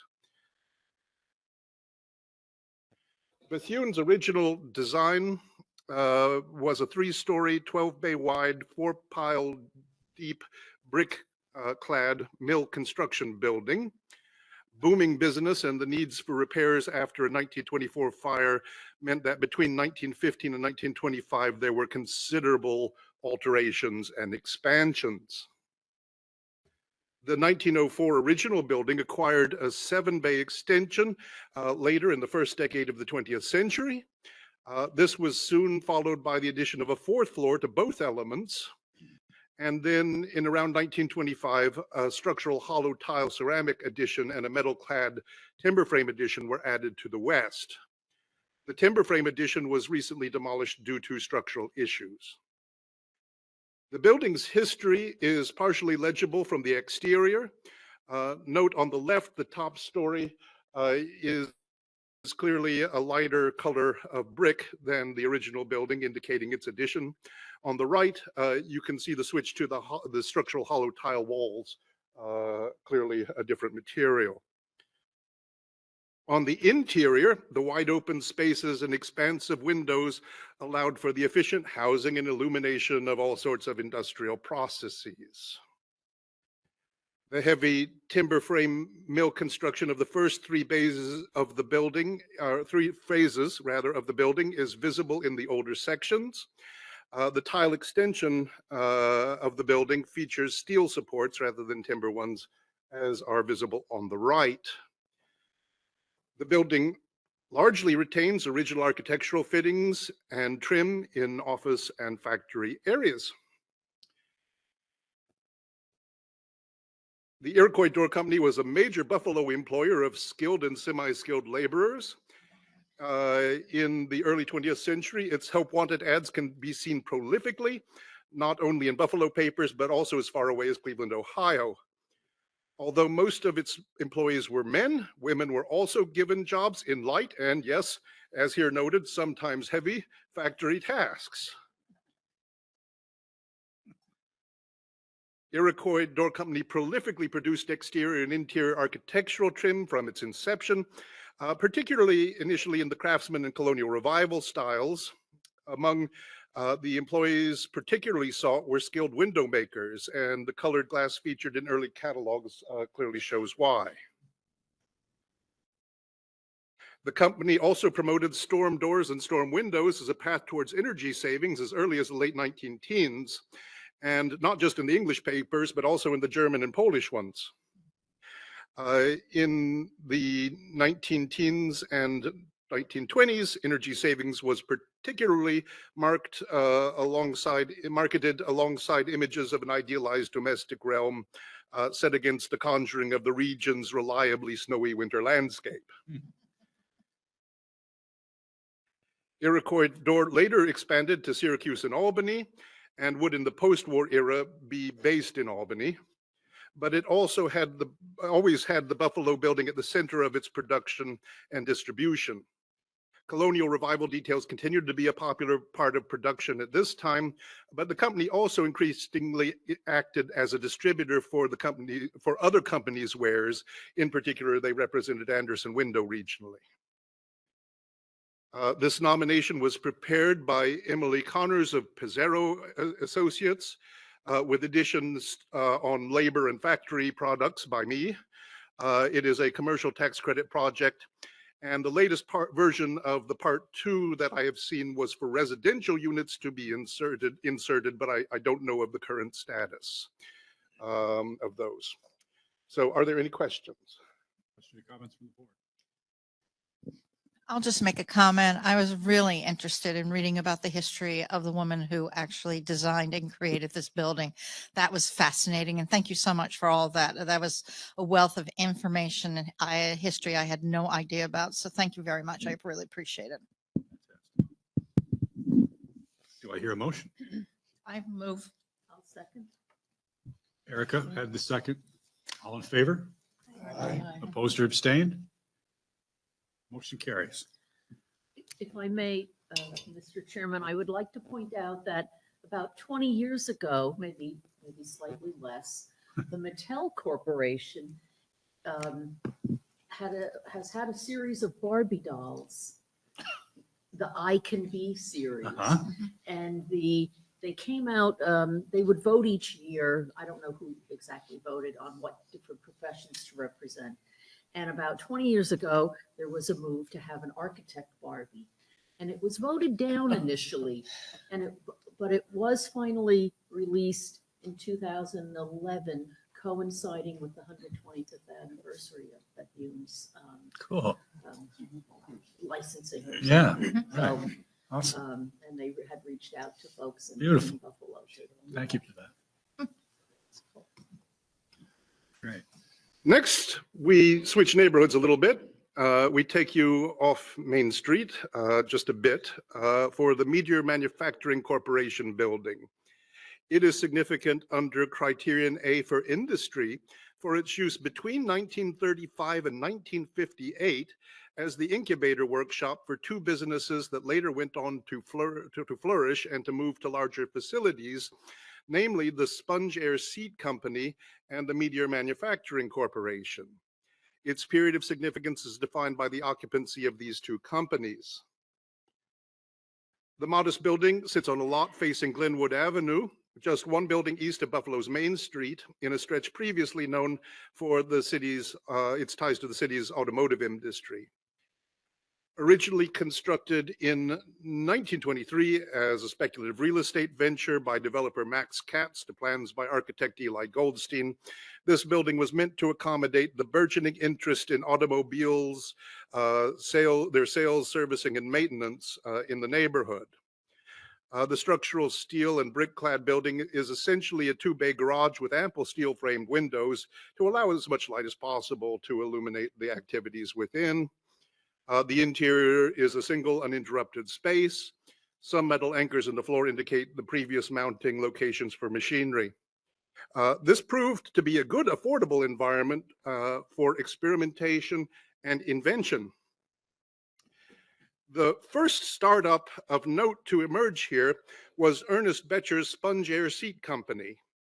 Previously a wholesale tire and battery dealer, Becher observed that the shock-absorbing sponge rubber seat cushions could be produced, particularly for trucks and other vehicles, that would lend more comfort to the driver and passenger experience than the previously very bouncy coil-based cushions. Sponge Air succeeded and moved to larger facilities in 1941.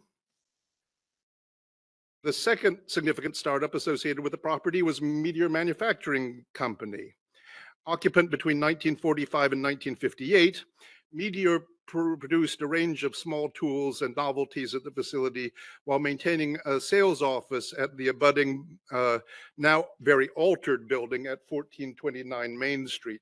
If it only looked like it did on the left, it would have been part of this nomination, but it does not look anything like that anymore.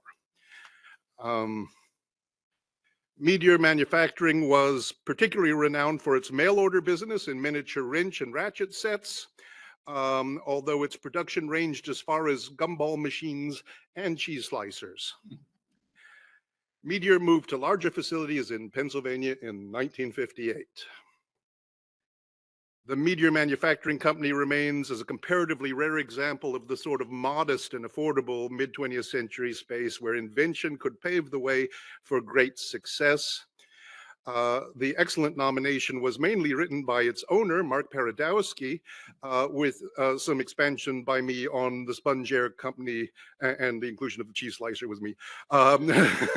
This is a commercial tax credit project, and the intent, I believe, is simply to repair the building to have it continue as a viable workshop. Are there any questions? Questions or comments from the board? Do I hear a motion? Who said that? Molly? Do I have a second? Jennifer, all in favor? Aye. Any opposed or abstain? There being none, the motion carries.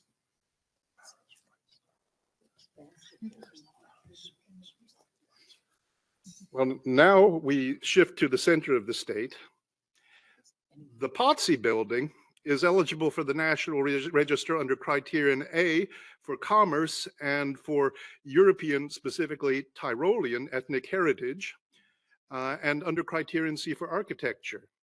Its period of significance begins with its 1917 construction and extends to the 50-year mark of 1975, although it would eventually be desirable to extend it to 1986, when the closure of the Allied plant across the street severely diminished the traffic of the businesses housed here, and that also is the year when the second owner, Frank Potsy, died.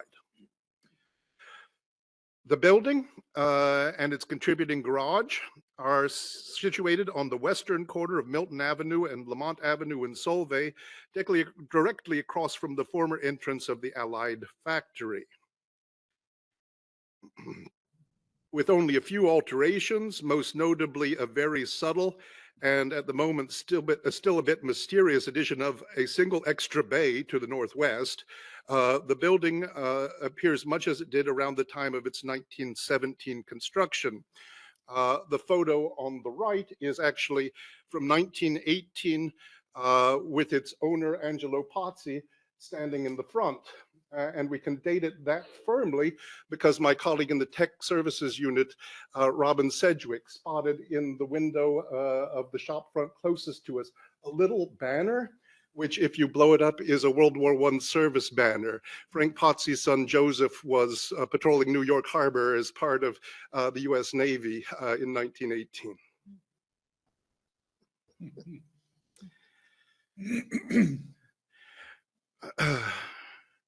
The origins of the Pozzi building relate to the factory directly across the street that produced soda ash, which is an ingredient in baking soda, among other things.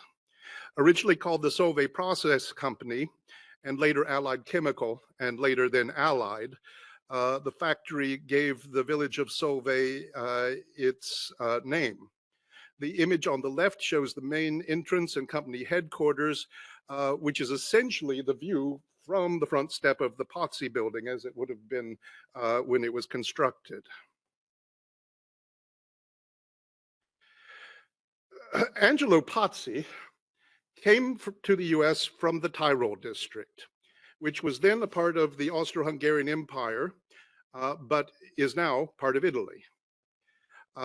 He found work with the Solvay process, initially in the mines and then in the factory, where he invented and patented 2 improvements in soda ash manufacture. He retired in 1908 to run a saloon and boarding house, eventually financing the Pozzi building to house an expanded version of his business in 1917. Angelo Pozzi was a padrone, meaning that he helped to recruit his fellow Tyroleans to work in the Solvay process plant, helped them with immigration, and housed and sometimes fed them. Of course, eventually to be paid back for any services with interest. His initial vision was a family business where he oversaw the saloon. His wife, Mary, packed the tenants' lunches, did their laundry, and apparently kept the accounts. And his sons acted as clerks in the grocery and in the other half of the ground floor. In this way, the Pozzi building served as a gateway and an initial harbor for a couple of generations of Tyrolean migrants to Solvay. The outward appearance of the Pozzi building, which has been attributed to the Syracuse architect James A. Randall, mimics the high-style colonial revival details of large urban hotels, like George B. Post & Sons designs for the Statler chain, and this produces some of its architectural significance. The other architectural significance is derived from being an example of a type of residential hotel which incorporates commercial functions. The structure's storefront and internal divisions reflected an intent to have multiple functions within the space. So the storefronts were originally intended to house a grocery opening onto the corner, and then a cafe and saloon in the northwestern half. Exterior steps also lead to a finished basement space, although the intended function of this space is a bit elusive. Besides replacement windows and later aluminum frame doors, much of the shop front remains intact. The interior features largely historical finishes. During Prohibition, the saloon closed and the grocery was the chief ground floor business. This was then replaced by a restaurant in the 1930s. Pozzi also wanted a bank to be part of the services he provided at his facility, hence the vault at right. He ran afoul of Prohibition enforcement in 1921, paying a record fine for what he had on premises. This criminal record apparently precluded him from being able to run a bank. Upstairs, a single long passage on each of the upper floors divides long rows of rooms on either side. These reflect the building's function as a boarding house, a residential hotel for a working class with a regular, reliable income. Pozzi, however, developed this model further with communal upstairs kitchens and doors between rooms so that they may be divided into suites, a fortuitous anticipation of mid-20th century preferences, which would keep his rooming house in business.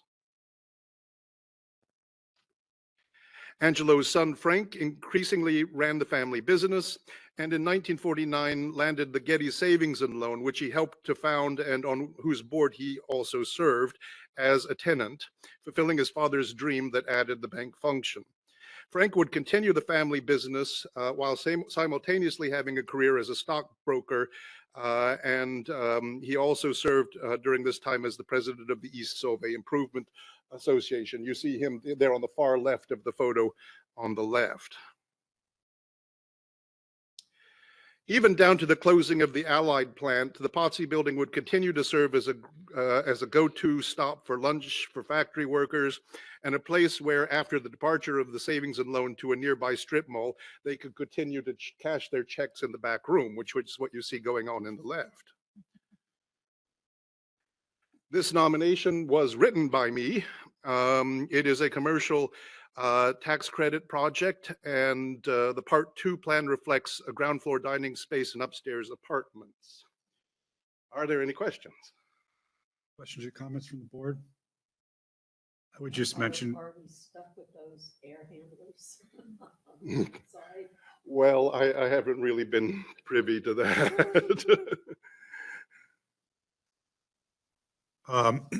It's a little troubling for me to read that the Irish bosses preferred Northern Italians to Southern Italians, as my ancestors hail from Calabria. Well, questions or comments? I'll move it. Do I have a second? Second. Ruth beat me to it. All in favor? Aye. Opposed or abstained? Motion carries. Now we shift down to bucolic Tompkins County. Newfield's 1883 barn is significant under criterion A for conservation in the specific area of historic preservation. Between 1965 and 1977, its period of significance, its owners, pioneering preservationists of the region, Victoria Romanov and Constance Saltonstall, converted the structure into a seasonal residence and gallery, using it as a laboratory for developing the skills, experience, and ideas that would serve them in their future and more public endeavors. Situated on the southeastern side of Elmira Road in Newfield, Tompkins County, the 1883 barn and its contributing chicken coop and stone wall occupy a large parcel that reflects the boundaries of the property during the period of significance. The building, a local visual landmark, began life as a substantial Victorian hay barn in the early 1880s. This photo is from before the Romanov-Saltonstall era. A modest farmhouse once accompanied it across the street, but this was separated from the property during the period of significance and is no longer extant. The Romanov-Saltonstall experiment in barn conversion initially cleaned out the building and repaired much of the exterior. The period and contemporary photos here show the repainted building with new fenestration catering to a changed interior program, as well as the substantial stone wall built by the partners for privacy from the road. Constance Saltonstall was a photographer by training, Victoria Romanov a multimedia artist. In 1965, they acquired the 1883 barn and began the long process of stabilizing and renovating it. After a lot of manure removal, the building was raised and put on a new foundation, then otherwise stabilized and painted. The interior was then renovated through the insertion of functional pods within the overall volume of the barn, some of which was left exposed to full height. These included a kitchen, shown here with Victoria Romanov and her scrap metal collage wall, as well as dining space, living space, art galleries, and bedroom and study space. On the left here is a view of the dining and living space. On the right, a view of the passage between the living space and the galleries, whose wall was clad with Romanov's salvaged wood collage wall. Here is a period photo of the East Gallery, and next to it, a contemporary view. This part of the barn has had some structural failures, so hence lack of wall cladding. Here is the loft where the bedroom and study, accessible by ladders, can be found. The bedroom features salvaged and reused windows, built-in berth-type beds, and a built-in desk. While Romanov and Saltonstall engaged in finding solutions to recovering a function for the barn, they continued to be active artists and became increasingly professionally engaged in historic preservation, activism, and actual restoration. The duo also hosted exhibitions at the 1883 barn that were then much covered in local reporting. These particularly included Giddy Up Napoleon, It Looks Like Rain, which celebrated the long history of agriculture in Tompkins County and featured in one gallery a mock-up of Martha Van Rensselaer's kitchen. You can see the participating artists in the mock-up of the kitchen in the middle, and Constance Saltonstall photographing the exhibit at left. And the final exhibit at the barn at the property was the 1977 Four Ways show, and its participants are shown in front of the barn on the right. Romanov and Saltonstall went on to consult and work on, even physically, major early historic preservation projects in Tompkins County, such as Ithaca's Boardman House and Clinton House. They were among the founders of Historic Ithaca. Their work on the Trumansburg Presbyterian Church and the Boardman House won Historic Ithaca's major award, and work on Simeon's Restaurant in downtown Ithaca, with which Romanov is engaged in the image on the left, earned a citation from Historic Ithaca as well. The duo were also named the Ithaca Journal's 1973 Women of the Year for their historic preservation work. Romanov, in particular, would later go on to many more preservation projects in a new partnership with Sarah Adams. The 1883 barn, as the beginning of Romanov and Saltonstall's careers, makes it therefore a benchmark for the historic preservation movement in the region. The authorship of this nomination is a complicated matter, but Christine O'Malley of Historic Ithaca was a very great coordinator for all of the things going on to make it happen. The very engaged owner of the 1883 barn has already begun much needed stabilization process using historic barn tax credits, and hopes to use commercial tax credits to restore the building to residential rental residential usage, and we will await with interest what form that will take. Are there any questions? Another interesting project for the 200th meeting. Yeah, absolutely. Really cool. Questions or comments from the board? I assume that it lost its any significance under C because of the changes that these preservationists made. Well, ironically, it would be a very kind of serpentine argument, I think, and obviously it can't be for agriculture because it's no longer a barn. So the history of historic preservation is the route we went. Well, and that's what I like. That's good. Thank you. Do I hear a motion? I make a motion. I'm going to use Heather as the prime and Jennifer as the second. All in favor? Aye. Opposed or abstained? Motion carries. And we're winding up down in Broome County with Johnson City High School now. Johnson City High School is significant under Criterion C for architecture as one of three outstanding examples of Tudor Revival style public high schools designed in the triple cities of Binghamton, Johnson City, and Endicott. It is also significant as an intact example of standardized school construction of the 19-teens. Its period of significance is defined by the construction of its eastern wing in 1915 and the completion of the western building and gymnasium in 1928.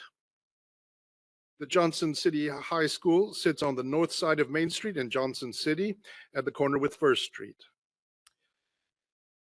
The high school building was designed by Binghamton Society architect C. Edward Vosbury to immediately ease a student population explosion with the creation of a new building that would eventually become the East Wing in 1914. And you see it on the left there. Later on, when appropriate resources were mustered via public referendum, the rest of the plan was completed, perhaps in a somewhat updated fashion, to complete Vosbury's vision. Overall, the building is an essay in the Elizabethan revival mode of the Tudor revival. Features such as its slow-slung pointed entry arch, turrets with pepperpot domes, and surface patterning such as brick diaper work, light-colored coins, and strap work all lend to the structure a rich set of references to the English Renaissance. Pepperpot domes surmounting strapwork panels particularly conjure Elizabethan prodigy houses such as Longleat, Burleigh House, or Wollaton Hall. Schools from this period followed state and national regulations aimed at safety concerns, responding to theories about optimizing student health and preventing school fires. Among other features, the interior was configured with rows of classrooms on each of the floor's north and south sides, with a central corridor running through the center of the building from the entrances, reflecting school design standards of the early 20th century. The building's integrity on both exterior and interior are one of its very notable features. Not much has visually been altered since the school's 1928 completion. Original stairs and finishes are found throughout. Although repurposed for various tenants' needs, the classrooms are still very much classrooms.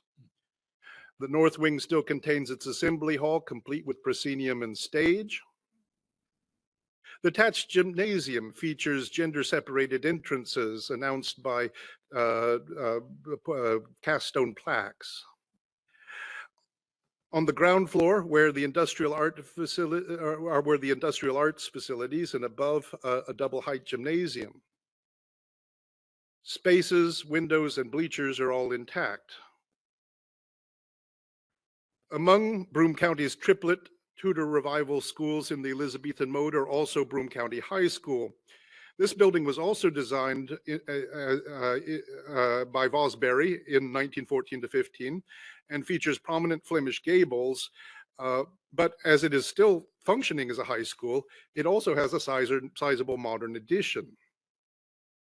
Also, the Binghamton firm of Tiffany and Conrad designed the Union Endicott High School in a similar Elizabethan-inspired mode for a 1915 school building initiative. This building has more than doubled in size due to mid-20th century additions, but these were still, as you can see, quite compatible. Of the 19-teens Tudor Revival schools of Broome County, Johnson City High remains the closest to its original historic state today. This nomination was based on a preliminary draft by Alexander Wydell of Johnson Smith and Associates, and then substantively altered into what it is by me. It is a commercial tax credit project with the intent to repair the building so that it can continue its function as flexible rental space, which it has had since the 1970s. Are there any questions? Doesn't it seem odd that in a public high school, there should be both a chapel and a walk-in security vault? Well, I have no answer to that. I think that was rhetorical. Wonderful. Do you wish to move it? Yes. Wint, do I have a second? I'll second it. All in favor? Aye. Any opposed or abstain? Motion carries. Thank you. All right, Chris Breezy. Heading to Brooklyn. Hey. Good afternoon. I'm Chris Brzee with the Part 1 staff. I have 4 items to present this afternoon. All of them are in New York City. My first item is the Brooklyn Garden Apartments, the Navy Yard edition. called the Navy Yard to differentiate it from the contemporaneous development by the same company on 4th Ave and South Park Slope. This was a privately owned affordable housing complex. It is located in the Wallabout neighborhood of Brooklyn. It was built in 1929 to 32 and designed by Frank H. Quimby. It is being nominated under Criterion A in the areas of politics, government, and social history, and also under Criterion C in the area of architecture. And the period of significance is 1929 to 32, covering the years of construction. As I said, the housing complex is located in Brooklyn. It is near the border of the Navy Yard to the north and Fort Greene to the south. It occupies a mid-block, through-block site, currently divided into 2 separate tax lots. Most of the complex was completed in 1929 to 30, and then the little section in the southwest corner of the site was completed in 1932. In the area of politics government, this property is a direct implementation of the New York State Housing Law of 1926, which introduced for the first time in the nation government-backed stimulation and subsidy of new housing development. The law had 3 major provisions, all of which were employed by the developers of this complex. Firstly, that law authorized or reauthorized limited dividend housing corporations whose profits were capped at 6%. Secondly, the law offered tax abatements for affordable housing development. And thirdly, it allowed the use of eminent domain to assemble building lots for these housing developments. In the area of social history, this property is significant as a model tenement offering improved living conditions at moderate rents. It is representative of the long effort to enhance the design and condition of affordable housing in New York City. As with many model housing projects, the improved living conditions offered by this Brooklyn Garden Apartments was mostly seen on the interior. The building lacked street-facing entrances and common spaces such as lobbies and hallways, and instead featured multiple decentralized stair halls that opened onto the interior courtyard. In the area of architecture, the complex is notable for its garden apartment style plan. It comprises 2 U-shaped buildings enclosing a central courtyard. The exterior incorporates simplified medieval revival elements with facades executed in a way that was both modern with simple planar surfaces, but also referencing historic precedents through decorative brickwork, extra thick masonry walls, and medieval style ornament. So this is the Brooklyn Garden Apartments Navy Yard. The nomination was prepared by Lindsay Peterson of Higgins, Quaisbarth and Partners. This is a tax credit project with an approved Part 1. New York City is a CLG, so we did receive a letter from the Landmarks Preservation Commission stating they felt it met the criteria for National Register listing. And I do believe we have Jeffrey Nemetsky on the line to speak about this nomination. Yes, great. Thank you so much, Chris. And, I will try to be brief. Good afternoon, and thank you for the opportunity to speak today, and also for allowing me to sit in and learn so much, rich and fascinating history throughout the state. Really, really quite. Yeah, we can't hear you. Oh, okay. Let's. Yeah, we're having some room audio issues. Okay. How about now? No? Okay, let's see. If you have comments, you could put those in the chat and those will be read. Yeah. Sure. Okay, let me do that. On the line directly. Okay. Not a question of him being muted or something. Okay. I'll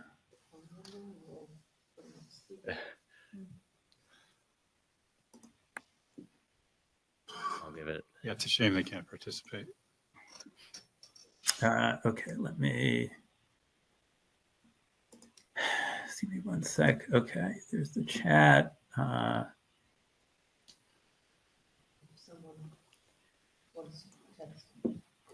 Okay. Yeah. Is there a way to do a telephone call in? Okay. Let's see. Let me try. Does anyone on the board have a question or comment about this nomination while we're waiting for the audio to get fixed? Oh, hold on.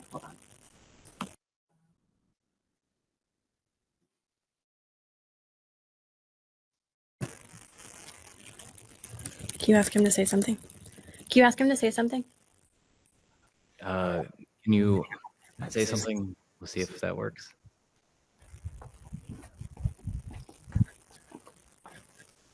This is going to sound echoey. Jeff, can you say something?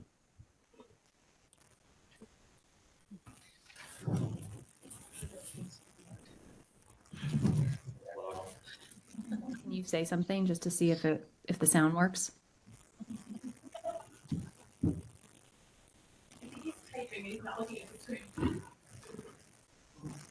Jeffrey, can you say something?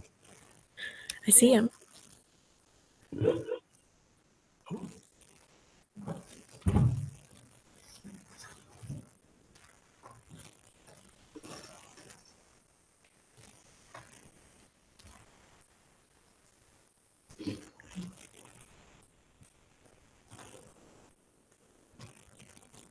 I don't know.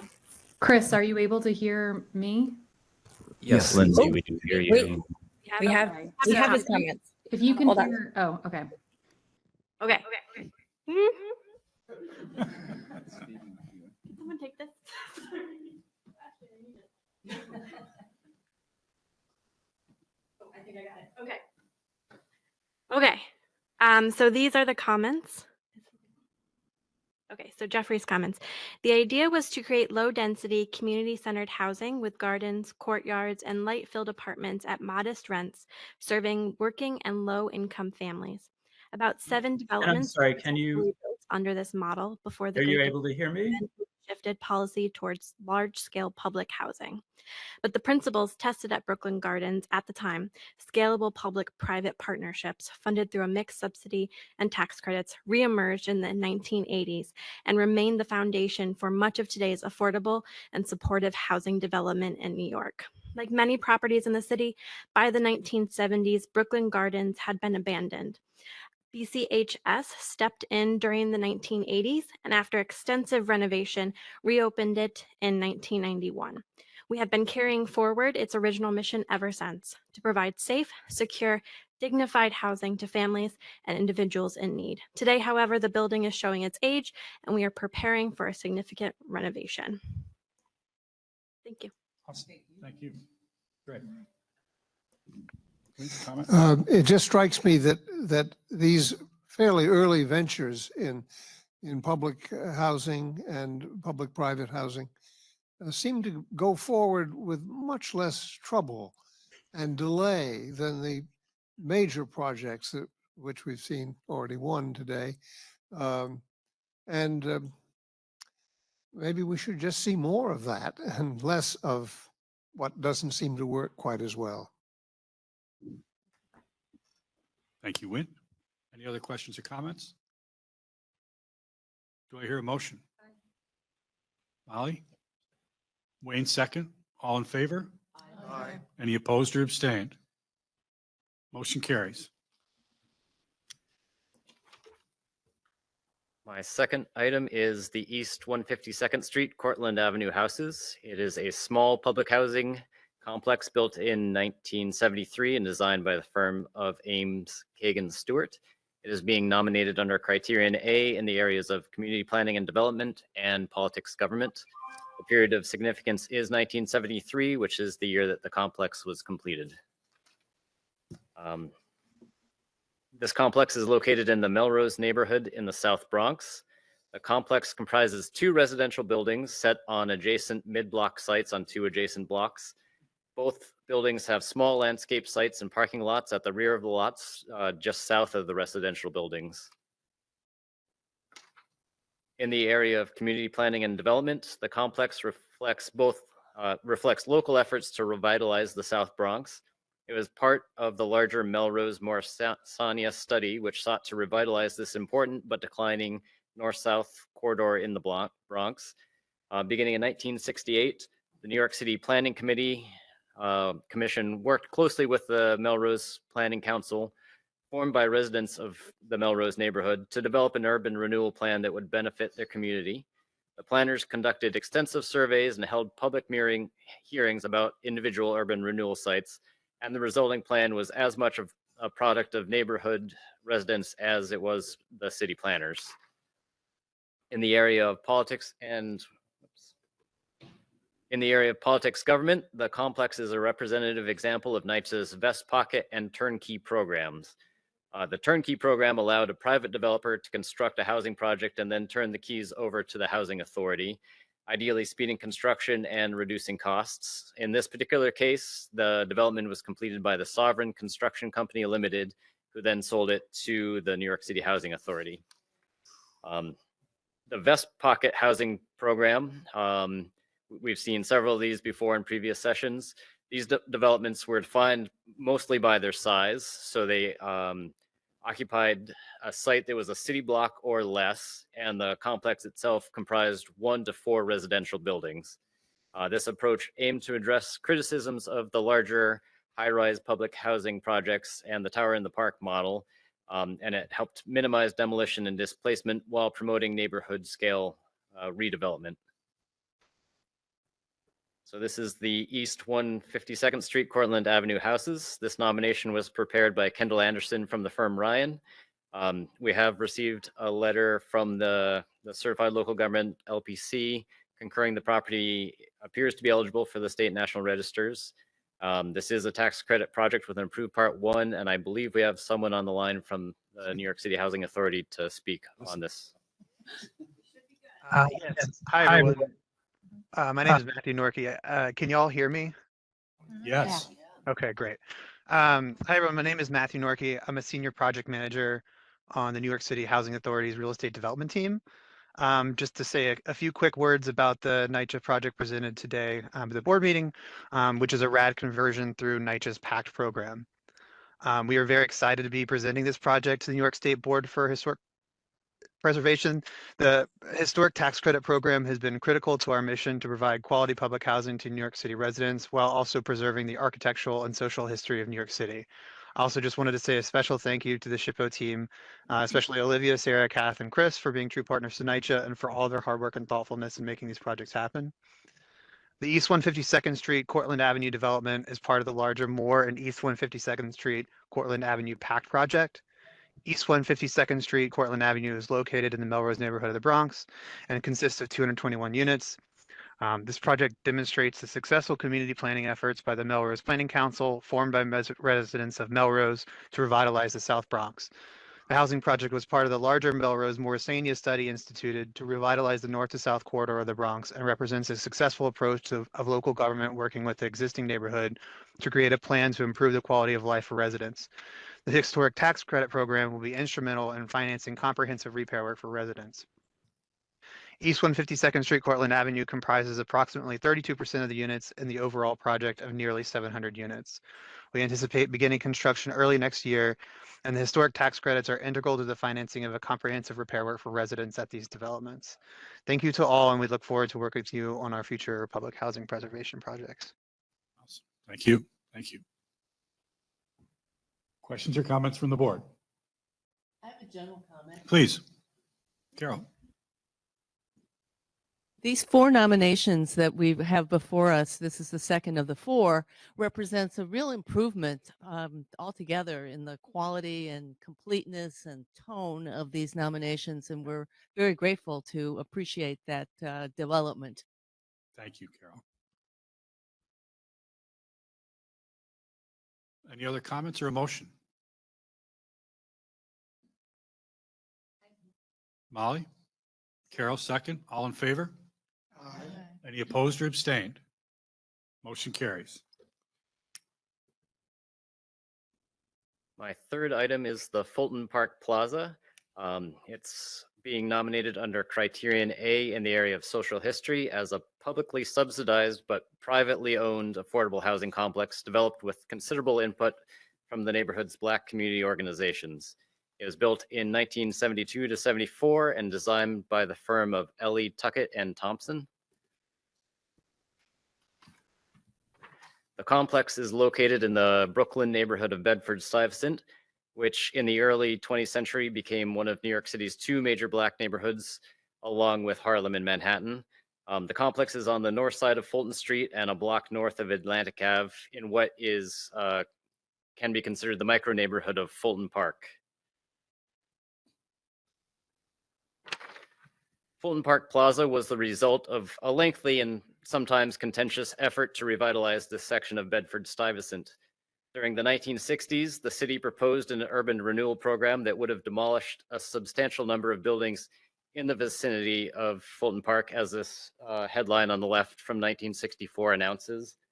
The neighborhood had a very strong network of community organizations, and they quickly organized against that proposal.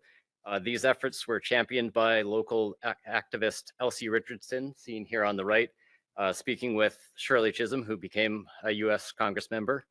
When it came to urban renewal, Richardson and the neighborhood groups had what one author called pragmatic ambivalence.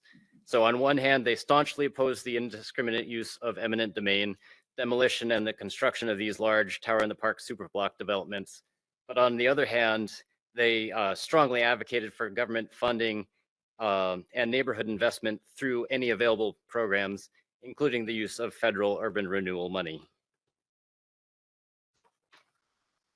In the end, what Richardson and these community groups sought and achieved was direct oversight of the urban renewal program in their neighborhood. So they determined the form that this complex would take. Specifically, they stipulated that the complex would be a vest pocket development, so occupying a city block or less. And it would also be a lower scale to fit in with the existing neighborhood. The community also decided who would build the complex. Fulton Park Plaza was designed by the firm of Ellie Tuckett and Thompson, who were founding members of the New York Coalition of Black Architects. It was developed by the Jackie Robinson Construction Company, which of course was founded by the famed baseball player and civil rights icon. So in the left photo, Jackie Robinson's on the far left at the ceremonial groundbreaking. After Jackie Robinson passed away in 1972, the company was managed by his wife, Rachel Robinson, seen here in the right photo in front of this building. The construction contracts for this project included extensive equal opportunity provisions, and the Robinsons committed themselves publicly to hiring and training local black contractors on the project. So this is the Fulton Park Plaza in Brooklyn. The nomination was prepared by Nika Faulkner from Heritage Consulting Group. We do have a letter from the LPC concurring that they believe it eligible for the national and state registers. And this is a tax credit project with an approved Part 1. I don't believe we have anyone on the line. Questions or comments from the board? Mint, please. I'd just like to remember a longtime member of this board who was a great champion of Bed-Stuy, and I assume would be the first to approve of this project, and that is Joan Maynard. I think she was a member of the board for probably 15 or 20 years even. But Kath, the historian, will be able to tell us that. Thank you.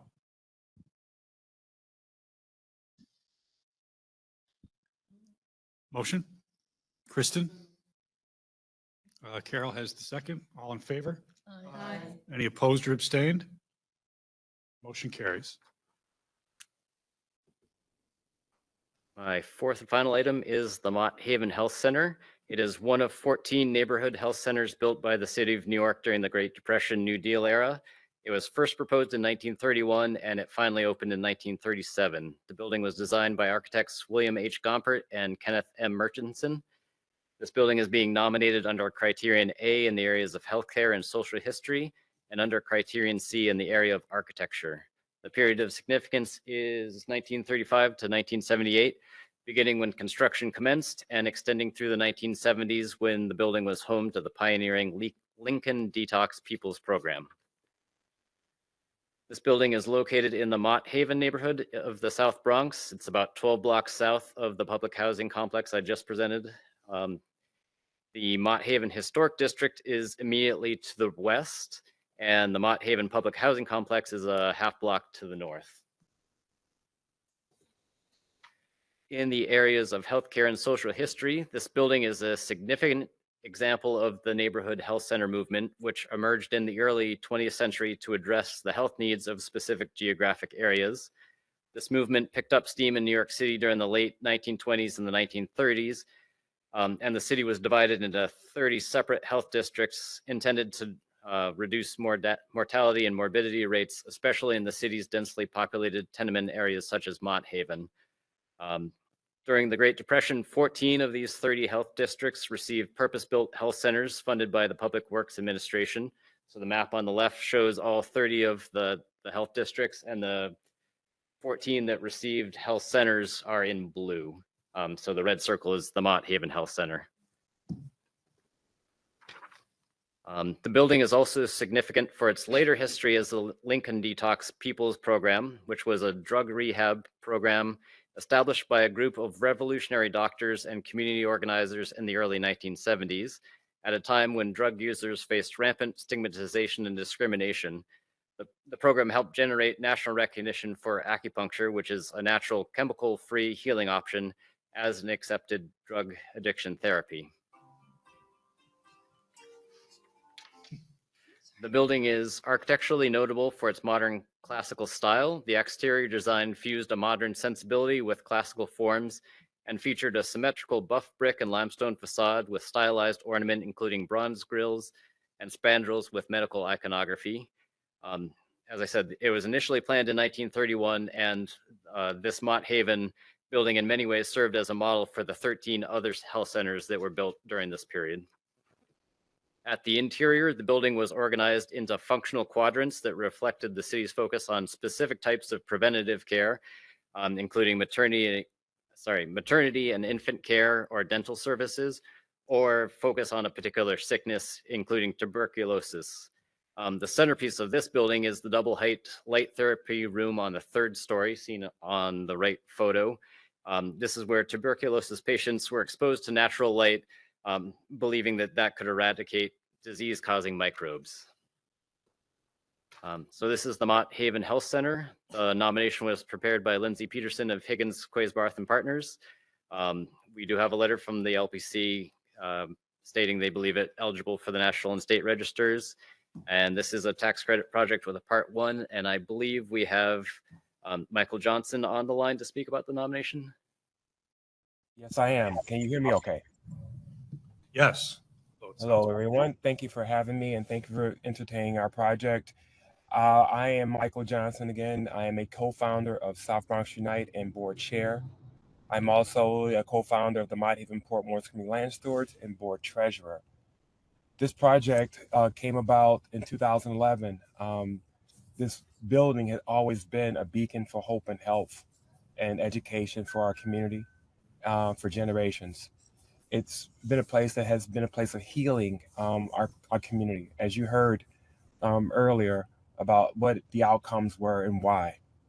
We still are faced with those kind of situations of the disproportionate impacts to our health with high rates of asthma, obesity, and diabetes.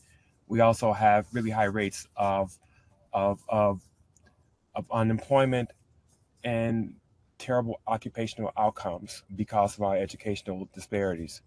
So our community came together in 2011 when this building became vacant to envision what we feel could be a possible way to develop this project for ourselves, to create something we really needed in terms of how the disparities are placed in our community.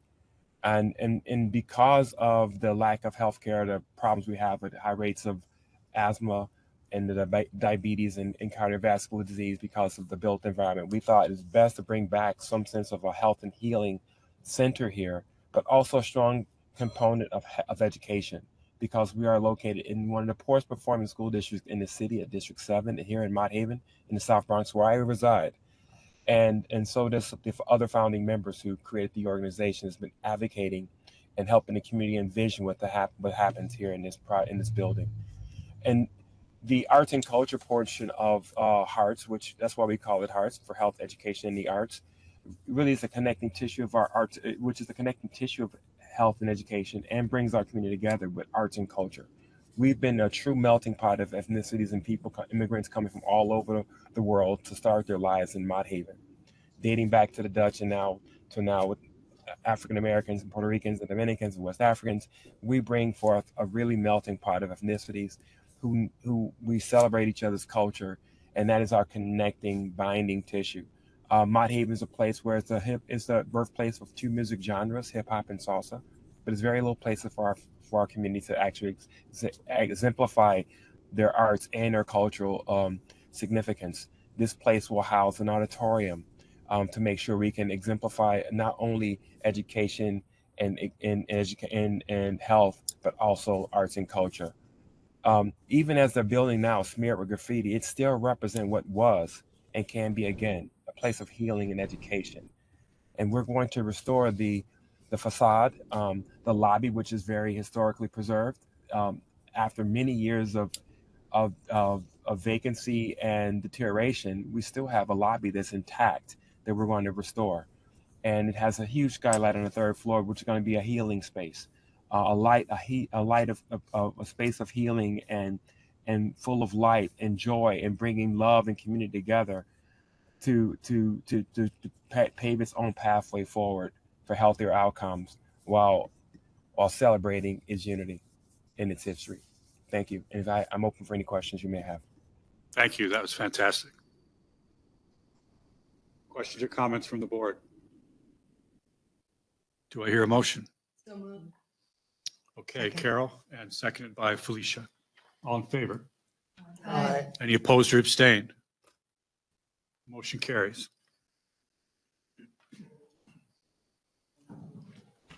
Thank you, Chris. Finishing up with Jeff. Good afternoon. Good afternoon. I'll be concluding the nominations with two Churches. churches. Yes, both of which are in Staten Island. All right. Messiah Lutheran Church, located at 250 Jefferson Boulevard in Staten Island, is locally significant under Criterion C in the area of architecture as an example of late Gothic revival ecclesiastical architecture, and under Criterion A in the area of ethnic heritage Scandinavian for its association with the Swedish Lutheran community who built the church and lived in the surrounding neighborhood of Annandale. The period of significance begins in 1931 with the construction of the church and ends in 1975, the 50-year threshold, reflecting the continued growth of the congregation and its service towards the Annandale community.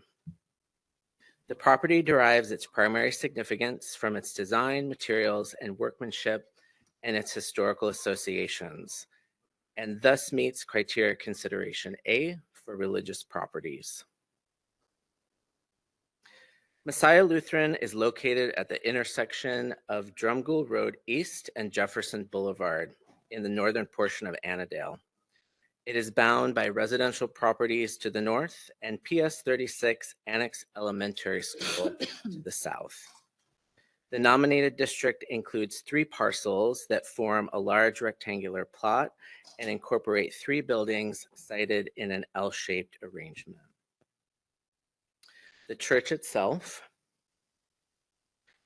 the Croon Parish House pictured at left, and an office residence pictured at right, which was purchased by the church in 1980 outside the period of significance. The Annandale neighborhood was scarcely populated until the 20th century, and Swedish Lutheran immigrants to Staten Island and their descendants had few places to worship. Messiah Lutheran was therefore a significant place of worship for Swedish Lutherans and the only church in Annandale for most of its life. The congregation formed in March 1923 and the church erected in 1931. Messiah Lutheran was a key center of community activity and aid in Annandale, a home to various Scandinavian, Lutheran, and non-sectarian cultural and social organizations, and played a significant role in youth education and development. Designed by architect Leonard Bird, Messiah Lutheran has a rectangular plan with red brick and cast stone trim and incorporates many of the distinguishing characteristics of late Gothic revival style.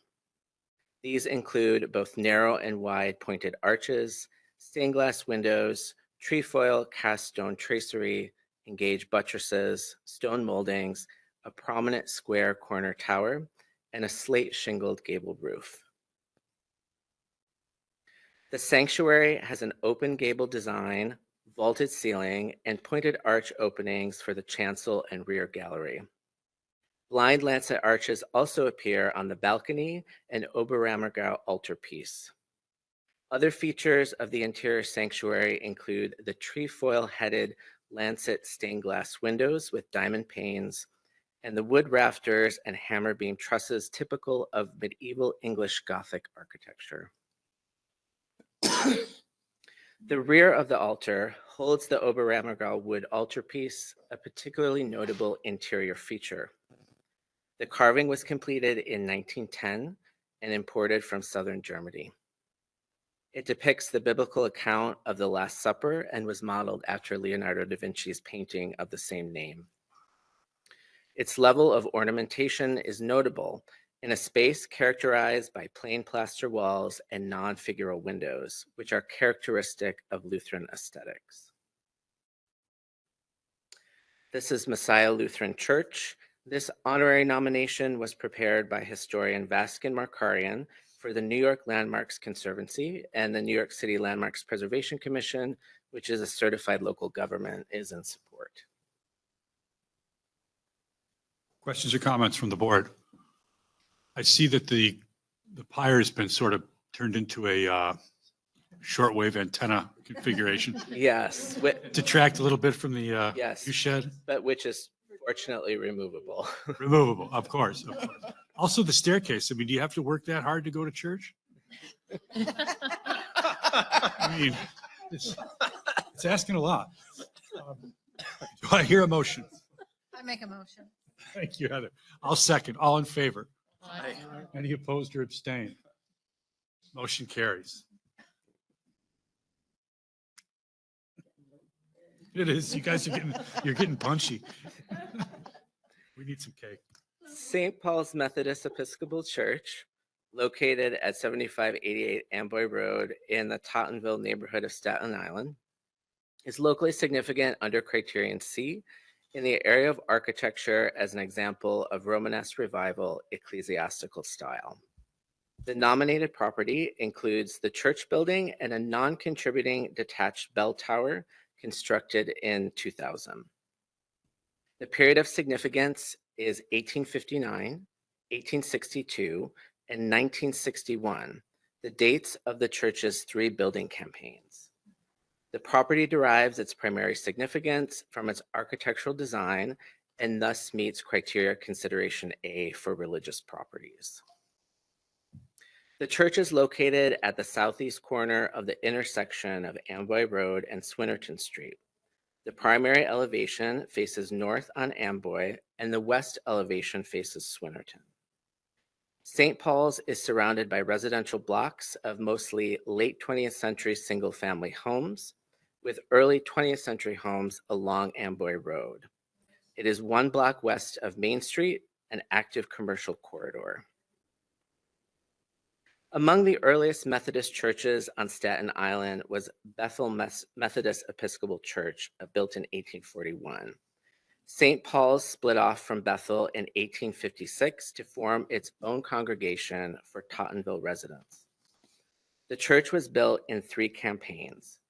The original sanctuary, now known as the Social Hall, which is the center of the building, in 1859, the North Sanctuary Addition in 1862, and the South Classroom and Office Building in 1961. The church was designed by an unknown architect and builder T. Kilpatrick.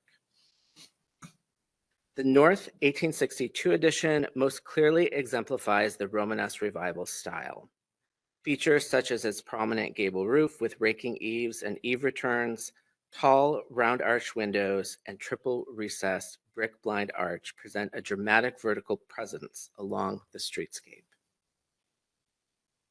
Other Romanesque features include the thick brick walls and pillars, arch corbel tables, tall round arch stained glass windows, and the use of an entablature and balustrade above the rounded double door entryway. And then this is a view of the middle 1859 section, and this is the rear 1961 office, and school addition. The interior is divided into two primary levels. The ground level, which includes the sanctuary, social hall, and classrooms and offices, and a basement level. The primary entrance leads to a rectangular vestibule with plaster walls, a stucco ceiling, wainscoting, and wooden doors. The sanctuary is a large, open two-story space with two narrow rows of pews surrounding the main aisle, a rear balcony, and a raised altar. The pews, which date to 1862, are ornate with sideboards featuring intricate foliate carvings at the top of the back seat, at the handrails, and at the knee, and paired round arch trefoils at the base.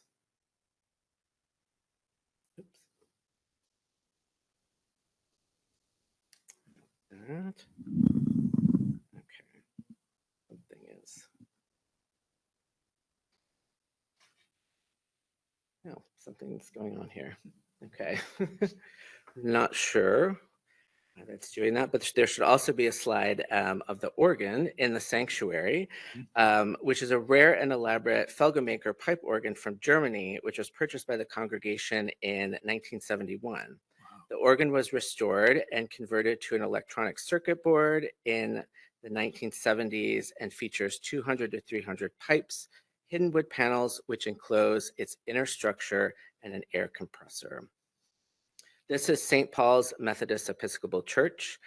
This honorary nomination was also prepared by historian Vaskin Markarian for the New York Landmarks Conservancy, and the New York City LPC is in support. Awesome. Thank you. Questions, comments from the board? Do I hear a motion? Wint, you got it.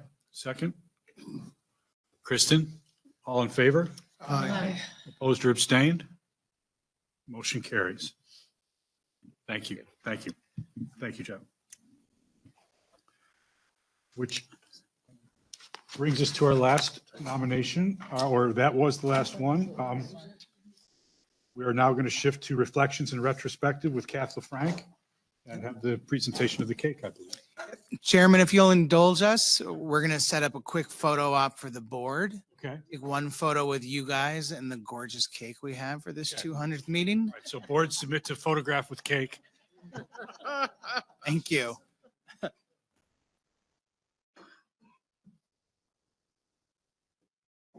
Oh, it's beautiful. Not standing between them and the cake. Want to come down to the front, board members, and then I'm going to ask current and past HP staff to join us for another photo.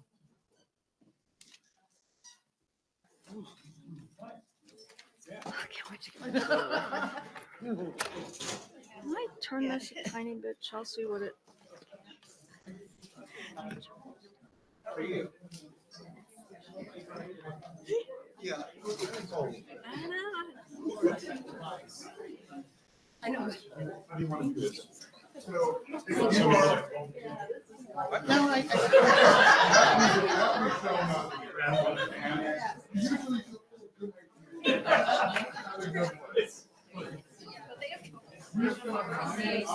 So if everyone can just line up, I guess this area here, and then we're just going to place this in the middle.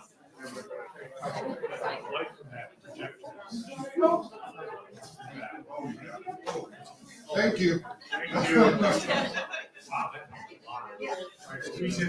I will need you to rearrange a bit to make sure we get the sign in too, but I just need to get a better perspective. Shouldn't Doug be in the middle? I would almost ask them to hold. We're gonna hold yeah, I think we're gonna lose We're gonna the hold easel. it. You wanted to hold something? You got something. You are also lined up so very particular in different heights. There's no variety. Everybody wants to be long.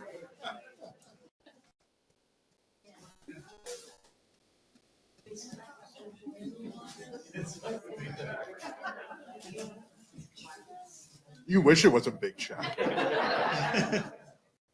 Okay, all eyes on me. Lots of wonderful smiles. We appreciate it.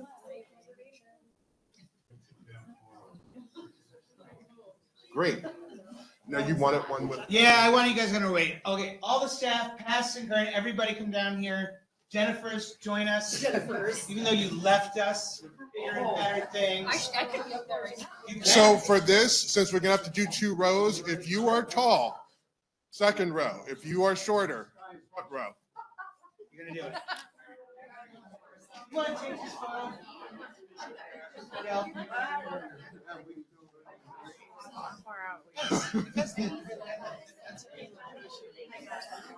We're in the same picture. Shorter folks. We will need 4 rows. Jeff.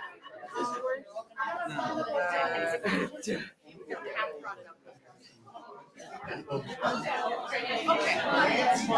on.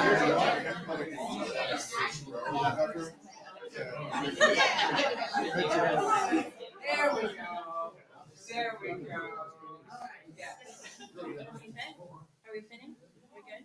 Is everybody fitting there? Okay, everybody say cheese. Got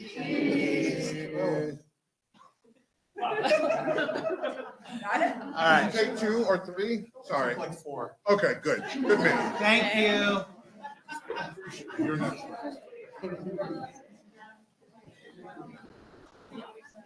Oh,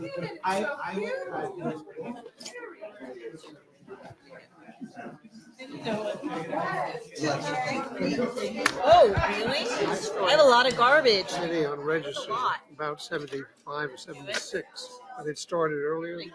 73 was the first one. 73. Are you? Yeah, but it's, Are you anxious? You're not wearing a jacket. I took it off. oh God. You are. I have a new dress. My sister wanted me.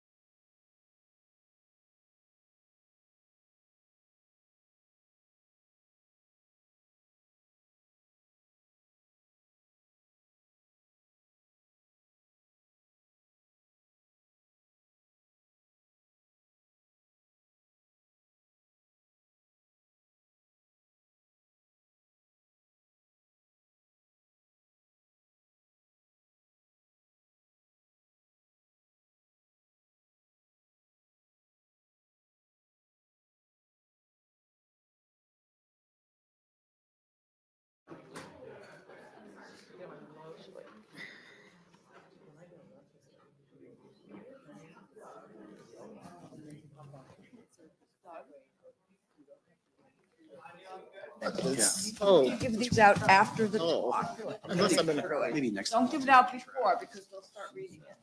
As long as I come the day before, so I don't get stuck. Yeah.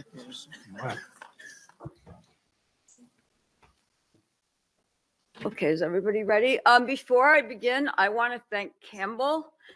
Campbell helped me get the presentation into this new template, and were very generous with their time and very patient with me as I kept changing it. So thank you, Campbell. Okay, are you guys ready? Yes. Yeah. Okay. So I was thrilled when Dan asked me to reflect on the board's 200 meetings because, well, I've been here for 200 years. I began my career in May 1972 just after the New York State Board for Historic Preservation had been established, and 5 months before the board held its first meeting on January 12th, 1973. An organizational meeting had been held 1 month before in December 72, at which the board had adopted a set of policies and procedures derived from the work of its predecessors, the Governor's Advisory Committee. And I thought you might like to see that, so I've just given Doug a copy of those policies and procedures, but I said he can't hand them out till after the talk because you'll all start reading them. So when I walked into the office, I was a preservation newbie in every single way that word can be defined, because I had absolutely no idea what historic preservation was. I was hired as a temporary typist, and my first assignment was typing owner notification letters, each one from scratch, on a big old manual typewriter, all of which were promptly torn up by my supervisor because I also had no idea how to set up a letter. There would have been no 5,000 building districts had I remained a typist. But here are a few of the nominations reviewed at that first meeting. The Phelps Mansion in Binghamton, Maysfield and Red Hook, that one's for you, Wint, and the Washington Park Historic District in Troy. But I soon found myself typing, proofreading, and then editing nominations. And because I was an English major, I started going around to people to ask, what the heck are you trying to say here? Is this what you mean? What is the purpose of this essay? Can I help you express these thoughts more clearly? And because I had no background and no preconceived notions, working with nomination authors began my education in preservation, as well as my explorations of the nuances of the NR criteria and the standards for integrity, a process that continued through my involvement with hundreds of nominations, as well as conversations and conferences with staff, consultants, NPS reviewers, and reviewers from other states. So in a way, this retrospective is also my own story as well as yours, and reflects my own experiences and the evolution of my own thinking about what is historic and how it should be documented. So where did we begin? It might be helpful to look at how we became preservationists. The modern preservation movement was born of loss and fear. Penn Station came down, urban renewal was ravaging cities, federal highways were overtaking us. We were losing our landmarks and our cities to forces beyond our control. Thus, the passage of the National Historic Preservation Act in 1966 was of seminal importance in giving us the regulatory tools to stop random destruction and providing the legislative basis for the programs we still use today. Many early preservationists saw themselves as literally fighting to preserve their heritage, neighborhoods that they saw as steeped in traditional and unchanging forms and traditional and unchanging values. In the parlance of the day, preservation of a better past was the goal, a lifestyle perhaps imagined but never experienced. And such a myopic vision prevented them from appreciating the history of their own ancestors. And so opposed to change were they that they never considered that anything might gain significance in the future.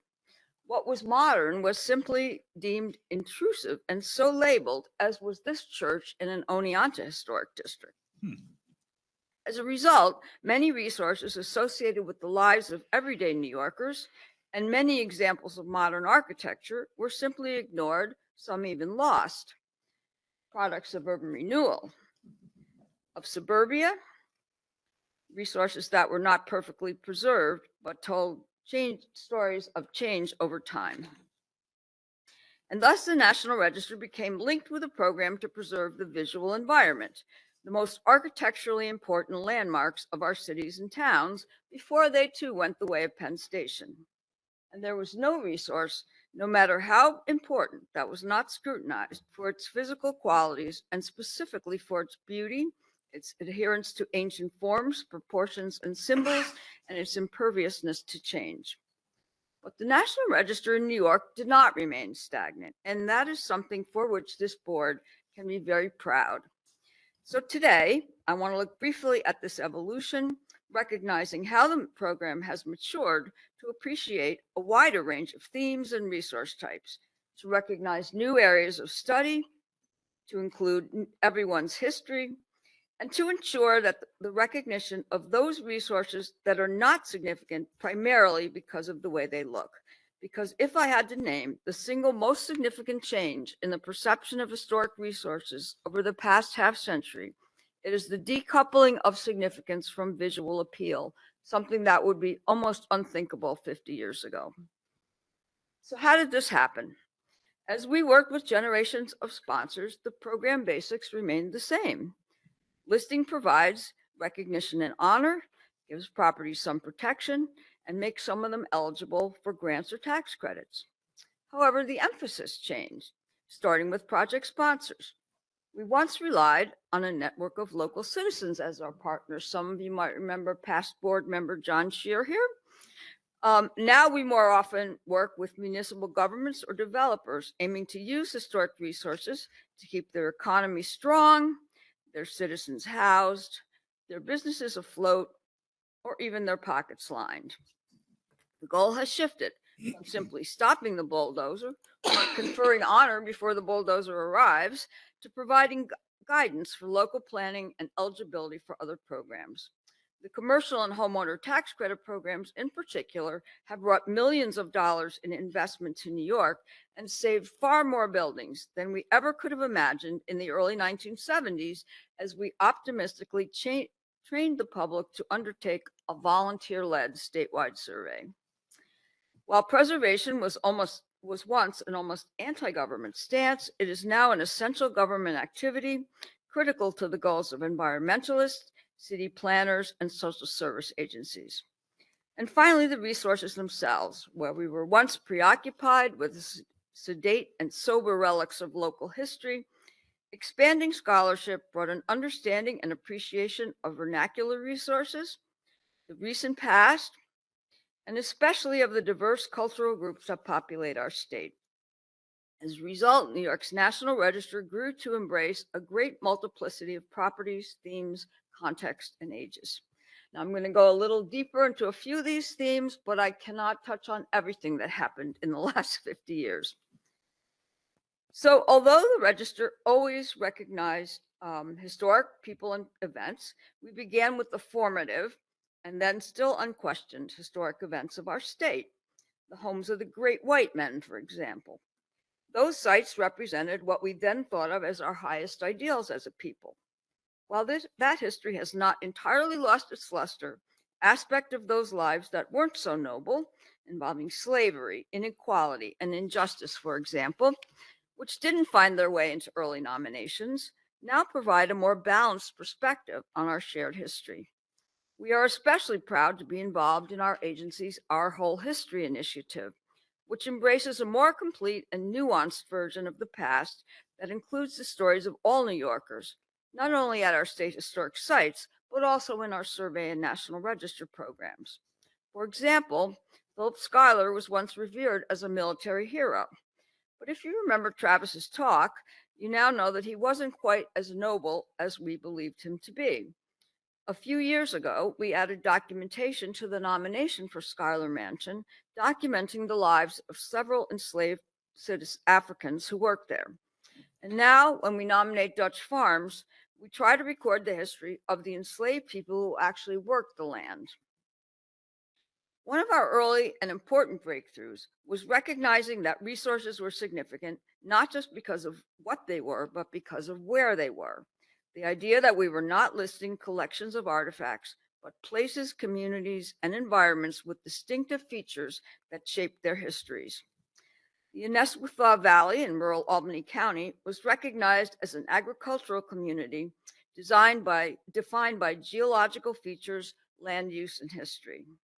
Small villages are listed in their entirety, recognizing patterns of streets and zones of activity rather than architecture because they are places of shared community. An immense urban district in Newburgh is defined by a strong sense of place. The Lindsay Patent in Otsego County encompasses an entire 18th century patent, and recognizes 200-year-old patterns of land divisions and agriculture.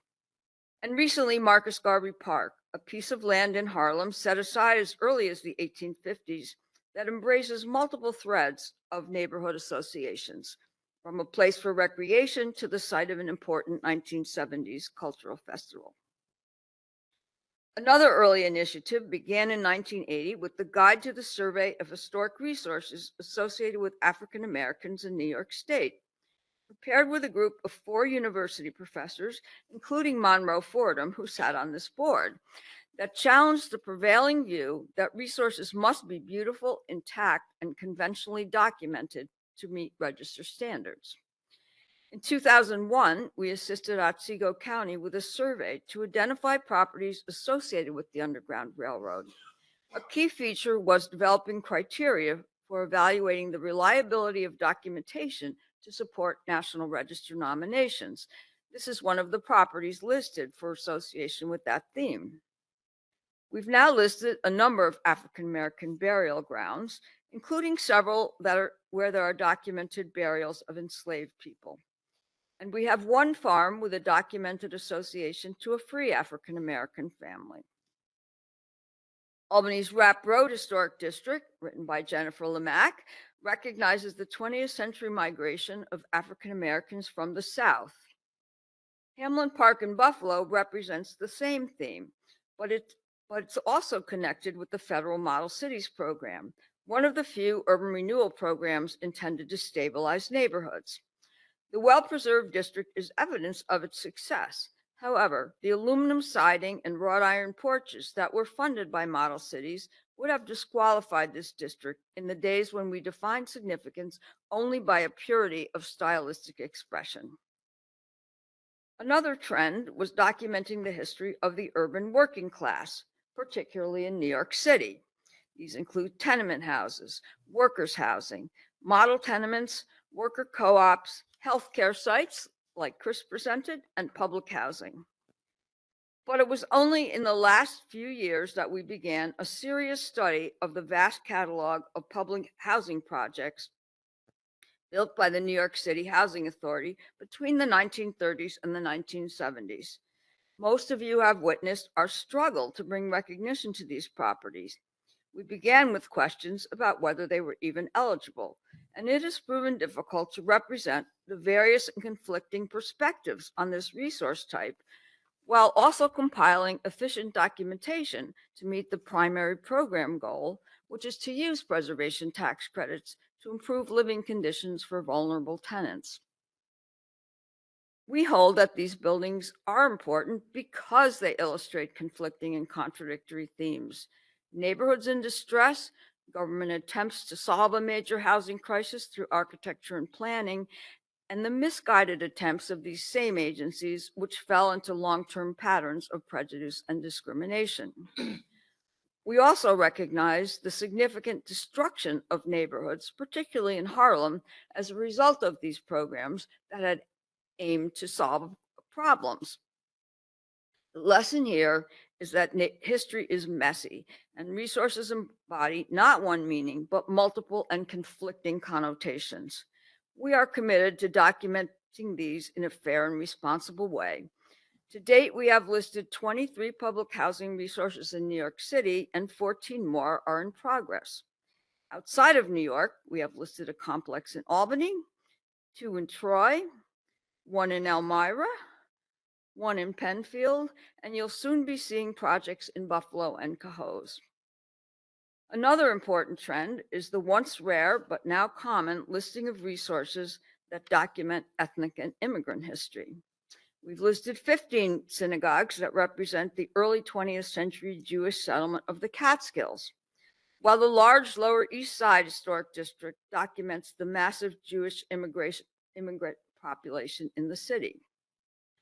The Grotto of Our Lady of Mount Carmel in Staten Island is associated with an Italian-American immigrant community and its ongoing project to build this grotto. The Holy Trinity Monastery in Jordanville was the home of the Russian Orthodox Church outside of Russia after the Communist Revolution. Here they built a self-sustaining monastery as a place to preserve traditional culture, language, art, architecture, music, literature, and religion independent of the Russian homeland. This site is of great significance to the Russian Orthodox community in America. Despite New York's large Latino population, until a decade ago, there was only one listed resource, Casa Amadeo Record Store, that represented that history. Since then, we have completed a comprehensive and successful nomination for the Puerto Rican Casitas of New York City. This extraordinary document, prepared by Molly Garfinkel, records the experience of the Puerto Rican immigrant community from the 1970s to the present through the story of the little houses and gardens they built on vacant lots in places like the South Bronx. These small vernacular cultural landscapes retain deep symbolic associations over multiple generations. We remain enormously proud that New York has the first site in the country listed for its association with the gay and lesbian civil rights movement. Stonewall was also the first National Historic Landmark with that association. But there were other early and important sites. In the early 20th century, the Cherry Grove Property Owners Association facilitated the gradual integration of Fire Island's gay and lesbian residents into Cherry Grove's civic life and established what can be described as the first gay theater in the United States. Our own Dan McEnany cut his NR teeth on that nomination. Working primarily with the team from the NYC LGBT Historic Sites Project, we've now listed 18 resources for their association with LGBT history, a number far higher than that of any other state. They include Cafe Chino and the homes of Alice Austin, James Baldwin, and Baird Rustin. The Jaffe Theater, which so movingly documented the Lower East Side during the AIDS crisis, was listed just last week. We've also begun to document this theme in other areas of the state, in Rochester and in the Ithaca area, largely through the efforts of Jeff Giovanoni, who has written 2 stunning nominations for LGBT properties in Tompkins County. And now I just want to say a few words about architecture. New York has never been timid about evaluating the architecture of the recent past, perhaps because we have some of the masterpieces of 20th century architecture, a number of which were listed when they were less than 50 years old. This, of course, is Lever House. The Whitney Museum was not listed because of owner objection, but it was determined eligible for the National Register by NPS when it was only 16 years old. The Seagram Building, the Guggenheim, of course, also an NHL, TWA, and in December, you will be seeing the North Star Building in Buffalo, a 1983 building that was a pioneer in environmental design. Perhaps more important is our growing understanding of vernacular architecture, defined as local architecture, the architecture of a specific time, place, or people. Perhaps nothing exemplifies that definition, as well as the distinctive Northern European building traditions brought to America by Dutch and German settlers and adapted to use plentiful local materials, such as the native limestone of the Hudson Valley. But vernacular building traditions can also embrace the local method of building a log house, the classic New England center chimney domestic house type, tiny builders' cottages, Oneonta's oldest house built by German settlers from the Mohawk Valley, and rows of ordinary company-built houses, especially in a working-class neighborhood where most people did not own their own homes or have the resources to keep them looking pristine. The culture of aluminum or vinyl siding, replacement windows, stripped cornices, and wrought iron porch railings brings an entirely new meaning to the definition of architecture as illustrative of a people or a place. These resources are significant not because they are unchanged, but because they did change. It is the history of those changes that reveals and documents the lives of their occupants. So this is a good place to say a few words about integrity. There have always been the same 7 integrity criteria, and some have held to them literally and rigidly. But we've discovered that integrity standards can be strict and flexible at the same time if they are specifically defined for a given property type. Now, we didn't always think this way, and this is one of my favorite examples. This house in the town of Mexico had a rare documented association with the Underground Railroad. However, there was a prolonged, and I mean prolonged, and substantial debate in this office about whether this could be nominated for its association with abolition because it had a picture window. Ask yourselves, what is the connection between those seeking freedom who were sheltered in this house and the architectural integrity of the facade windows? Yet, a number of people could not get over the fact that it had lost architectural integrity. Today, we might ask instead, what are the essential features that link this building to the theme of abolition? Well, first, that it's in the same place. Second, that it really was the house owned by Asa Wing. And third, that there really is a documented association between Asa Wing and the Underground Railroad. Well, that in brief illustrates the transition in our approach to integrity these days. And it has substantially freed us, not from integrity itself, but from irrelevant measures of it. And I just want to conclude with showing you a quick look at some of my very favorite nominations. The 1932 Olympic bobsled run at Lake Placid, a favorite. The Bush Auditorium at Cold Spring Harbor Lab, where Watson and Crick announced the double helix. Board member Liz Watson wrote that nomination. The Space Shuttle Enterprise, as the first and only full-scale prototype of the orbiter fleet, Enterprise significantly advanced the United States' ability to explore outer space. Staff member Dan Bagro got high marks for this one. The Glimmerglass Historic District, a 15,000-acre cultural landscape, documents the effects of location on art, literature, recreation, and conservation. Consultant Jesse Ravage expressed this beautifully. The Sloop Clearwater, a leader in promoting environmental education in the late 1960s and 70s. Westbeth Artist Studio, an early conservation of an industrial building into artist studios associated with the history of preservation itself. And Kathy Howe gets points for this one. The Tuscarora spearfishing docks on the Niagara River. Nancy Herder worked with the Tuscarora elders to document this very interesting historic site. 3 of my favorite state parks, Midway, Jones Beach, and the Taconic State Parkway. And last, my very favorite, perhaps my opus, the site of the 1969 Woodstock Festival, one of the seminal cultural events of the 20th century. Now, I didn't attend this festival, but one of our illustrious board members did, and I will give you a hint, it was not Wint.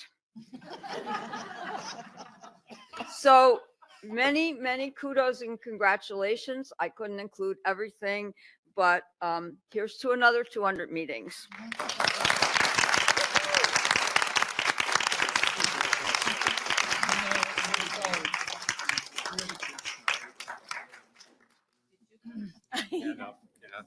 And I don't know if you have any questions. Sweat. We went to Woodstock? Yeah. I wouldn't have been there even if I wasn't in Vietnam at the time. Yeah, probably. Cat's hand up. Oh, wonderful. Thank you. It's all soaking wet. It's soaking very Thank you.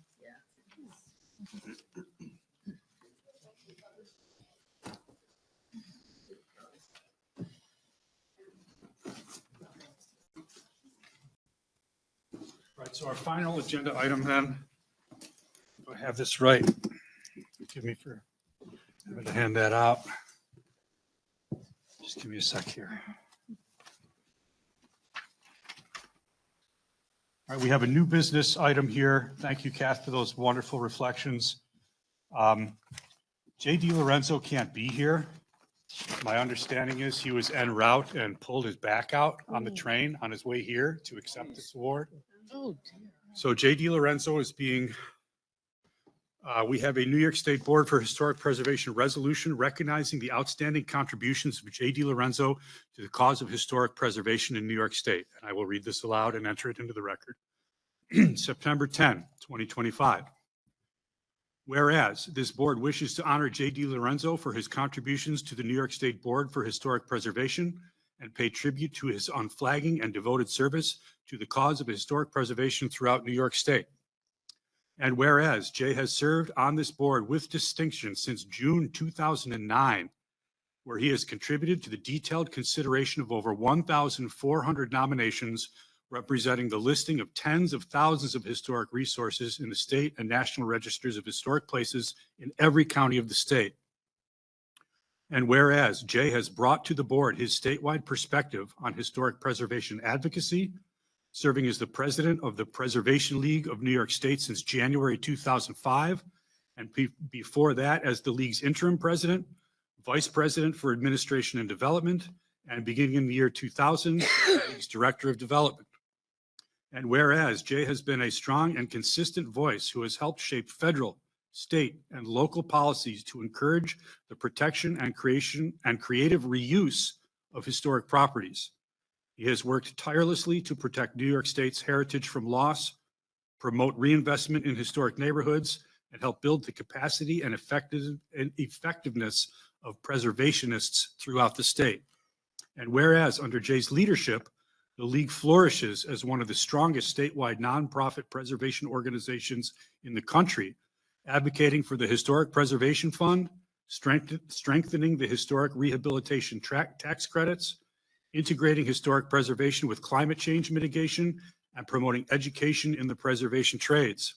Now, therefore, be it resolved that the New York State Board for Historic Preservation commends J. D. Lorenzo for his distinguished service to the board and his commitment to the advancement of historic preservation, working diligently to protect, preserve, and celebrate historic resources in cities and villages throughout New York State.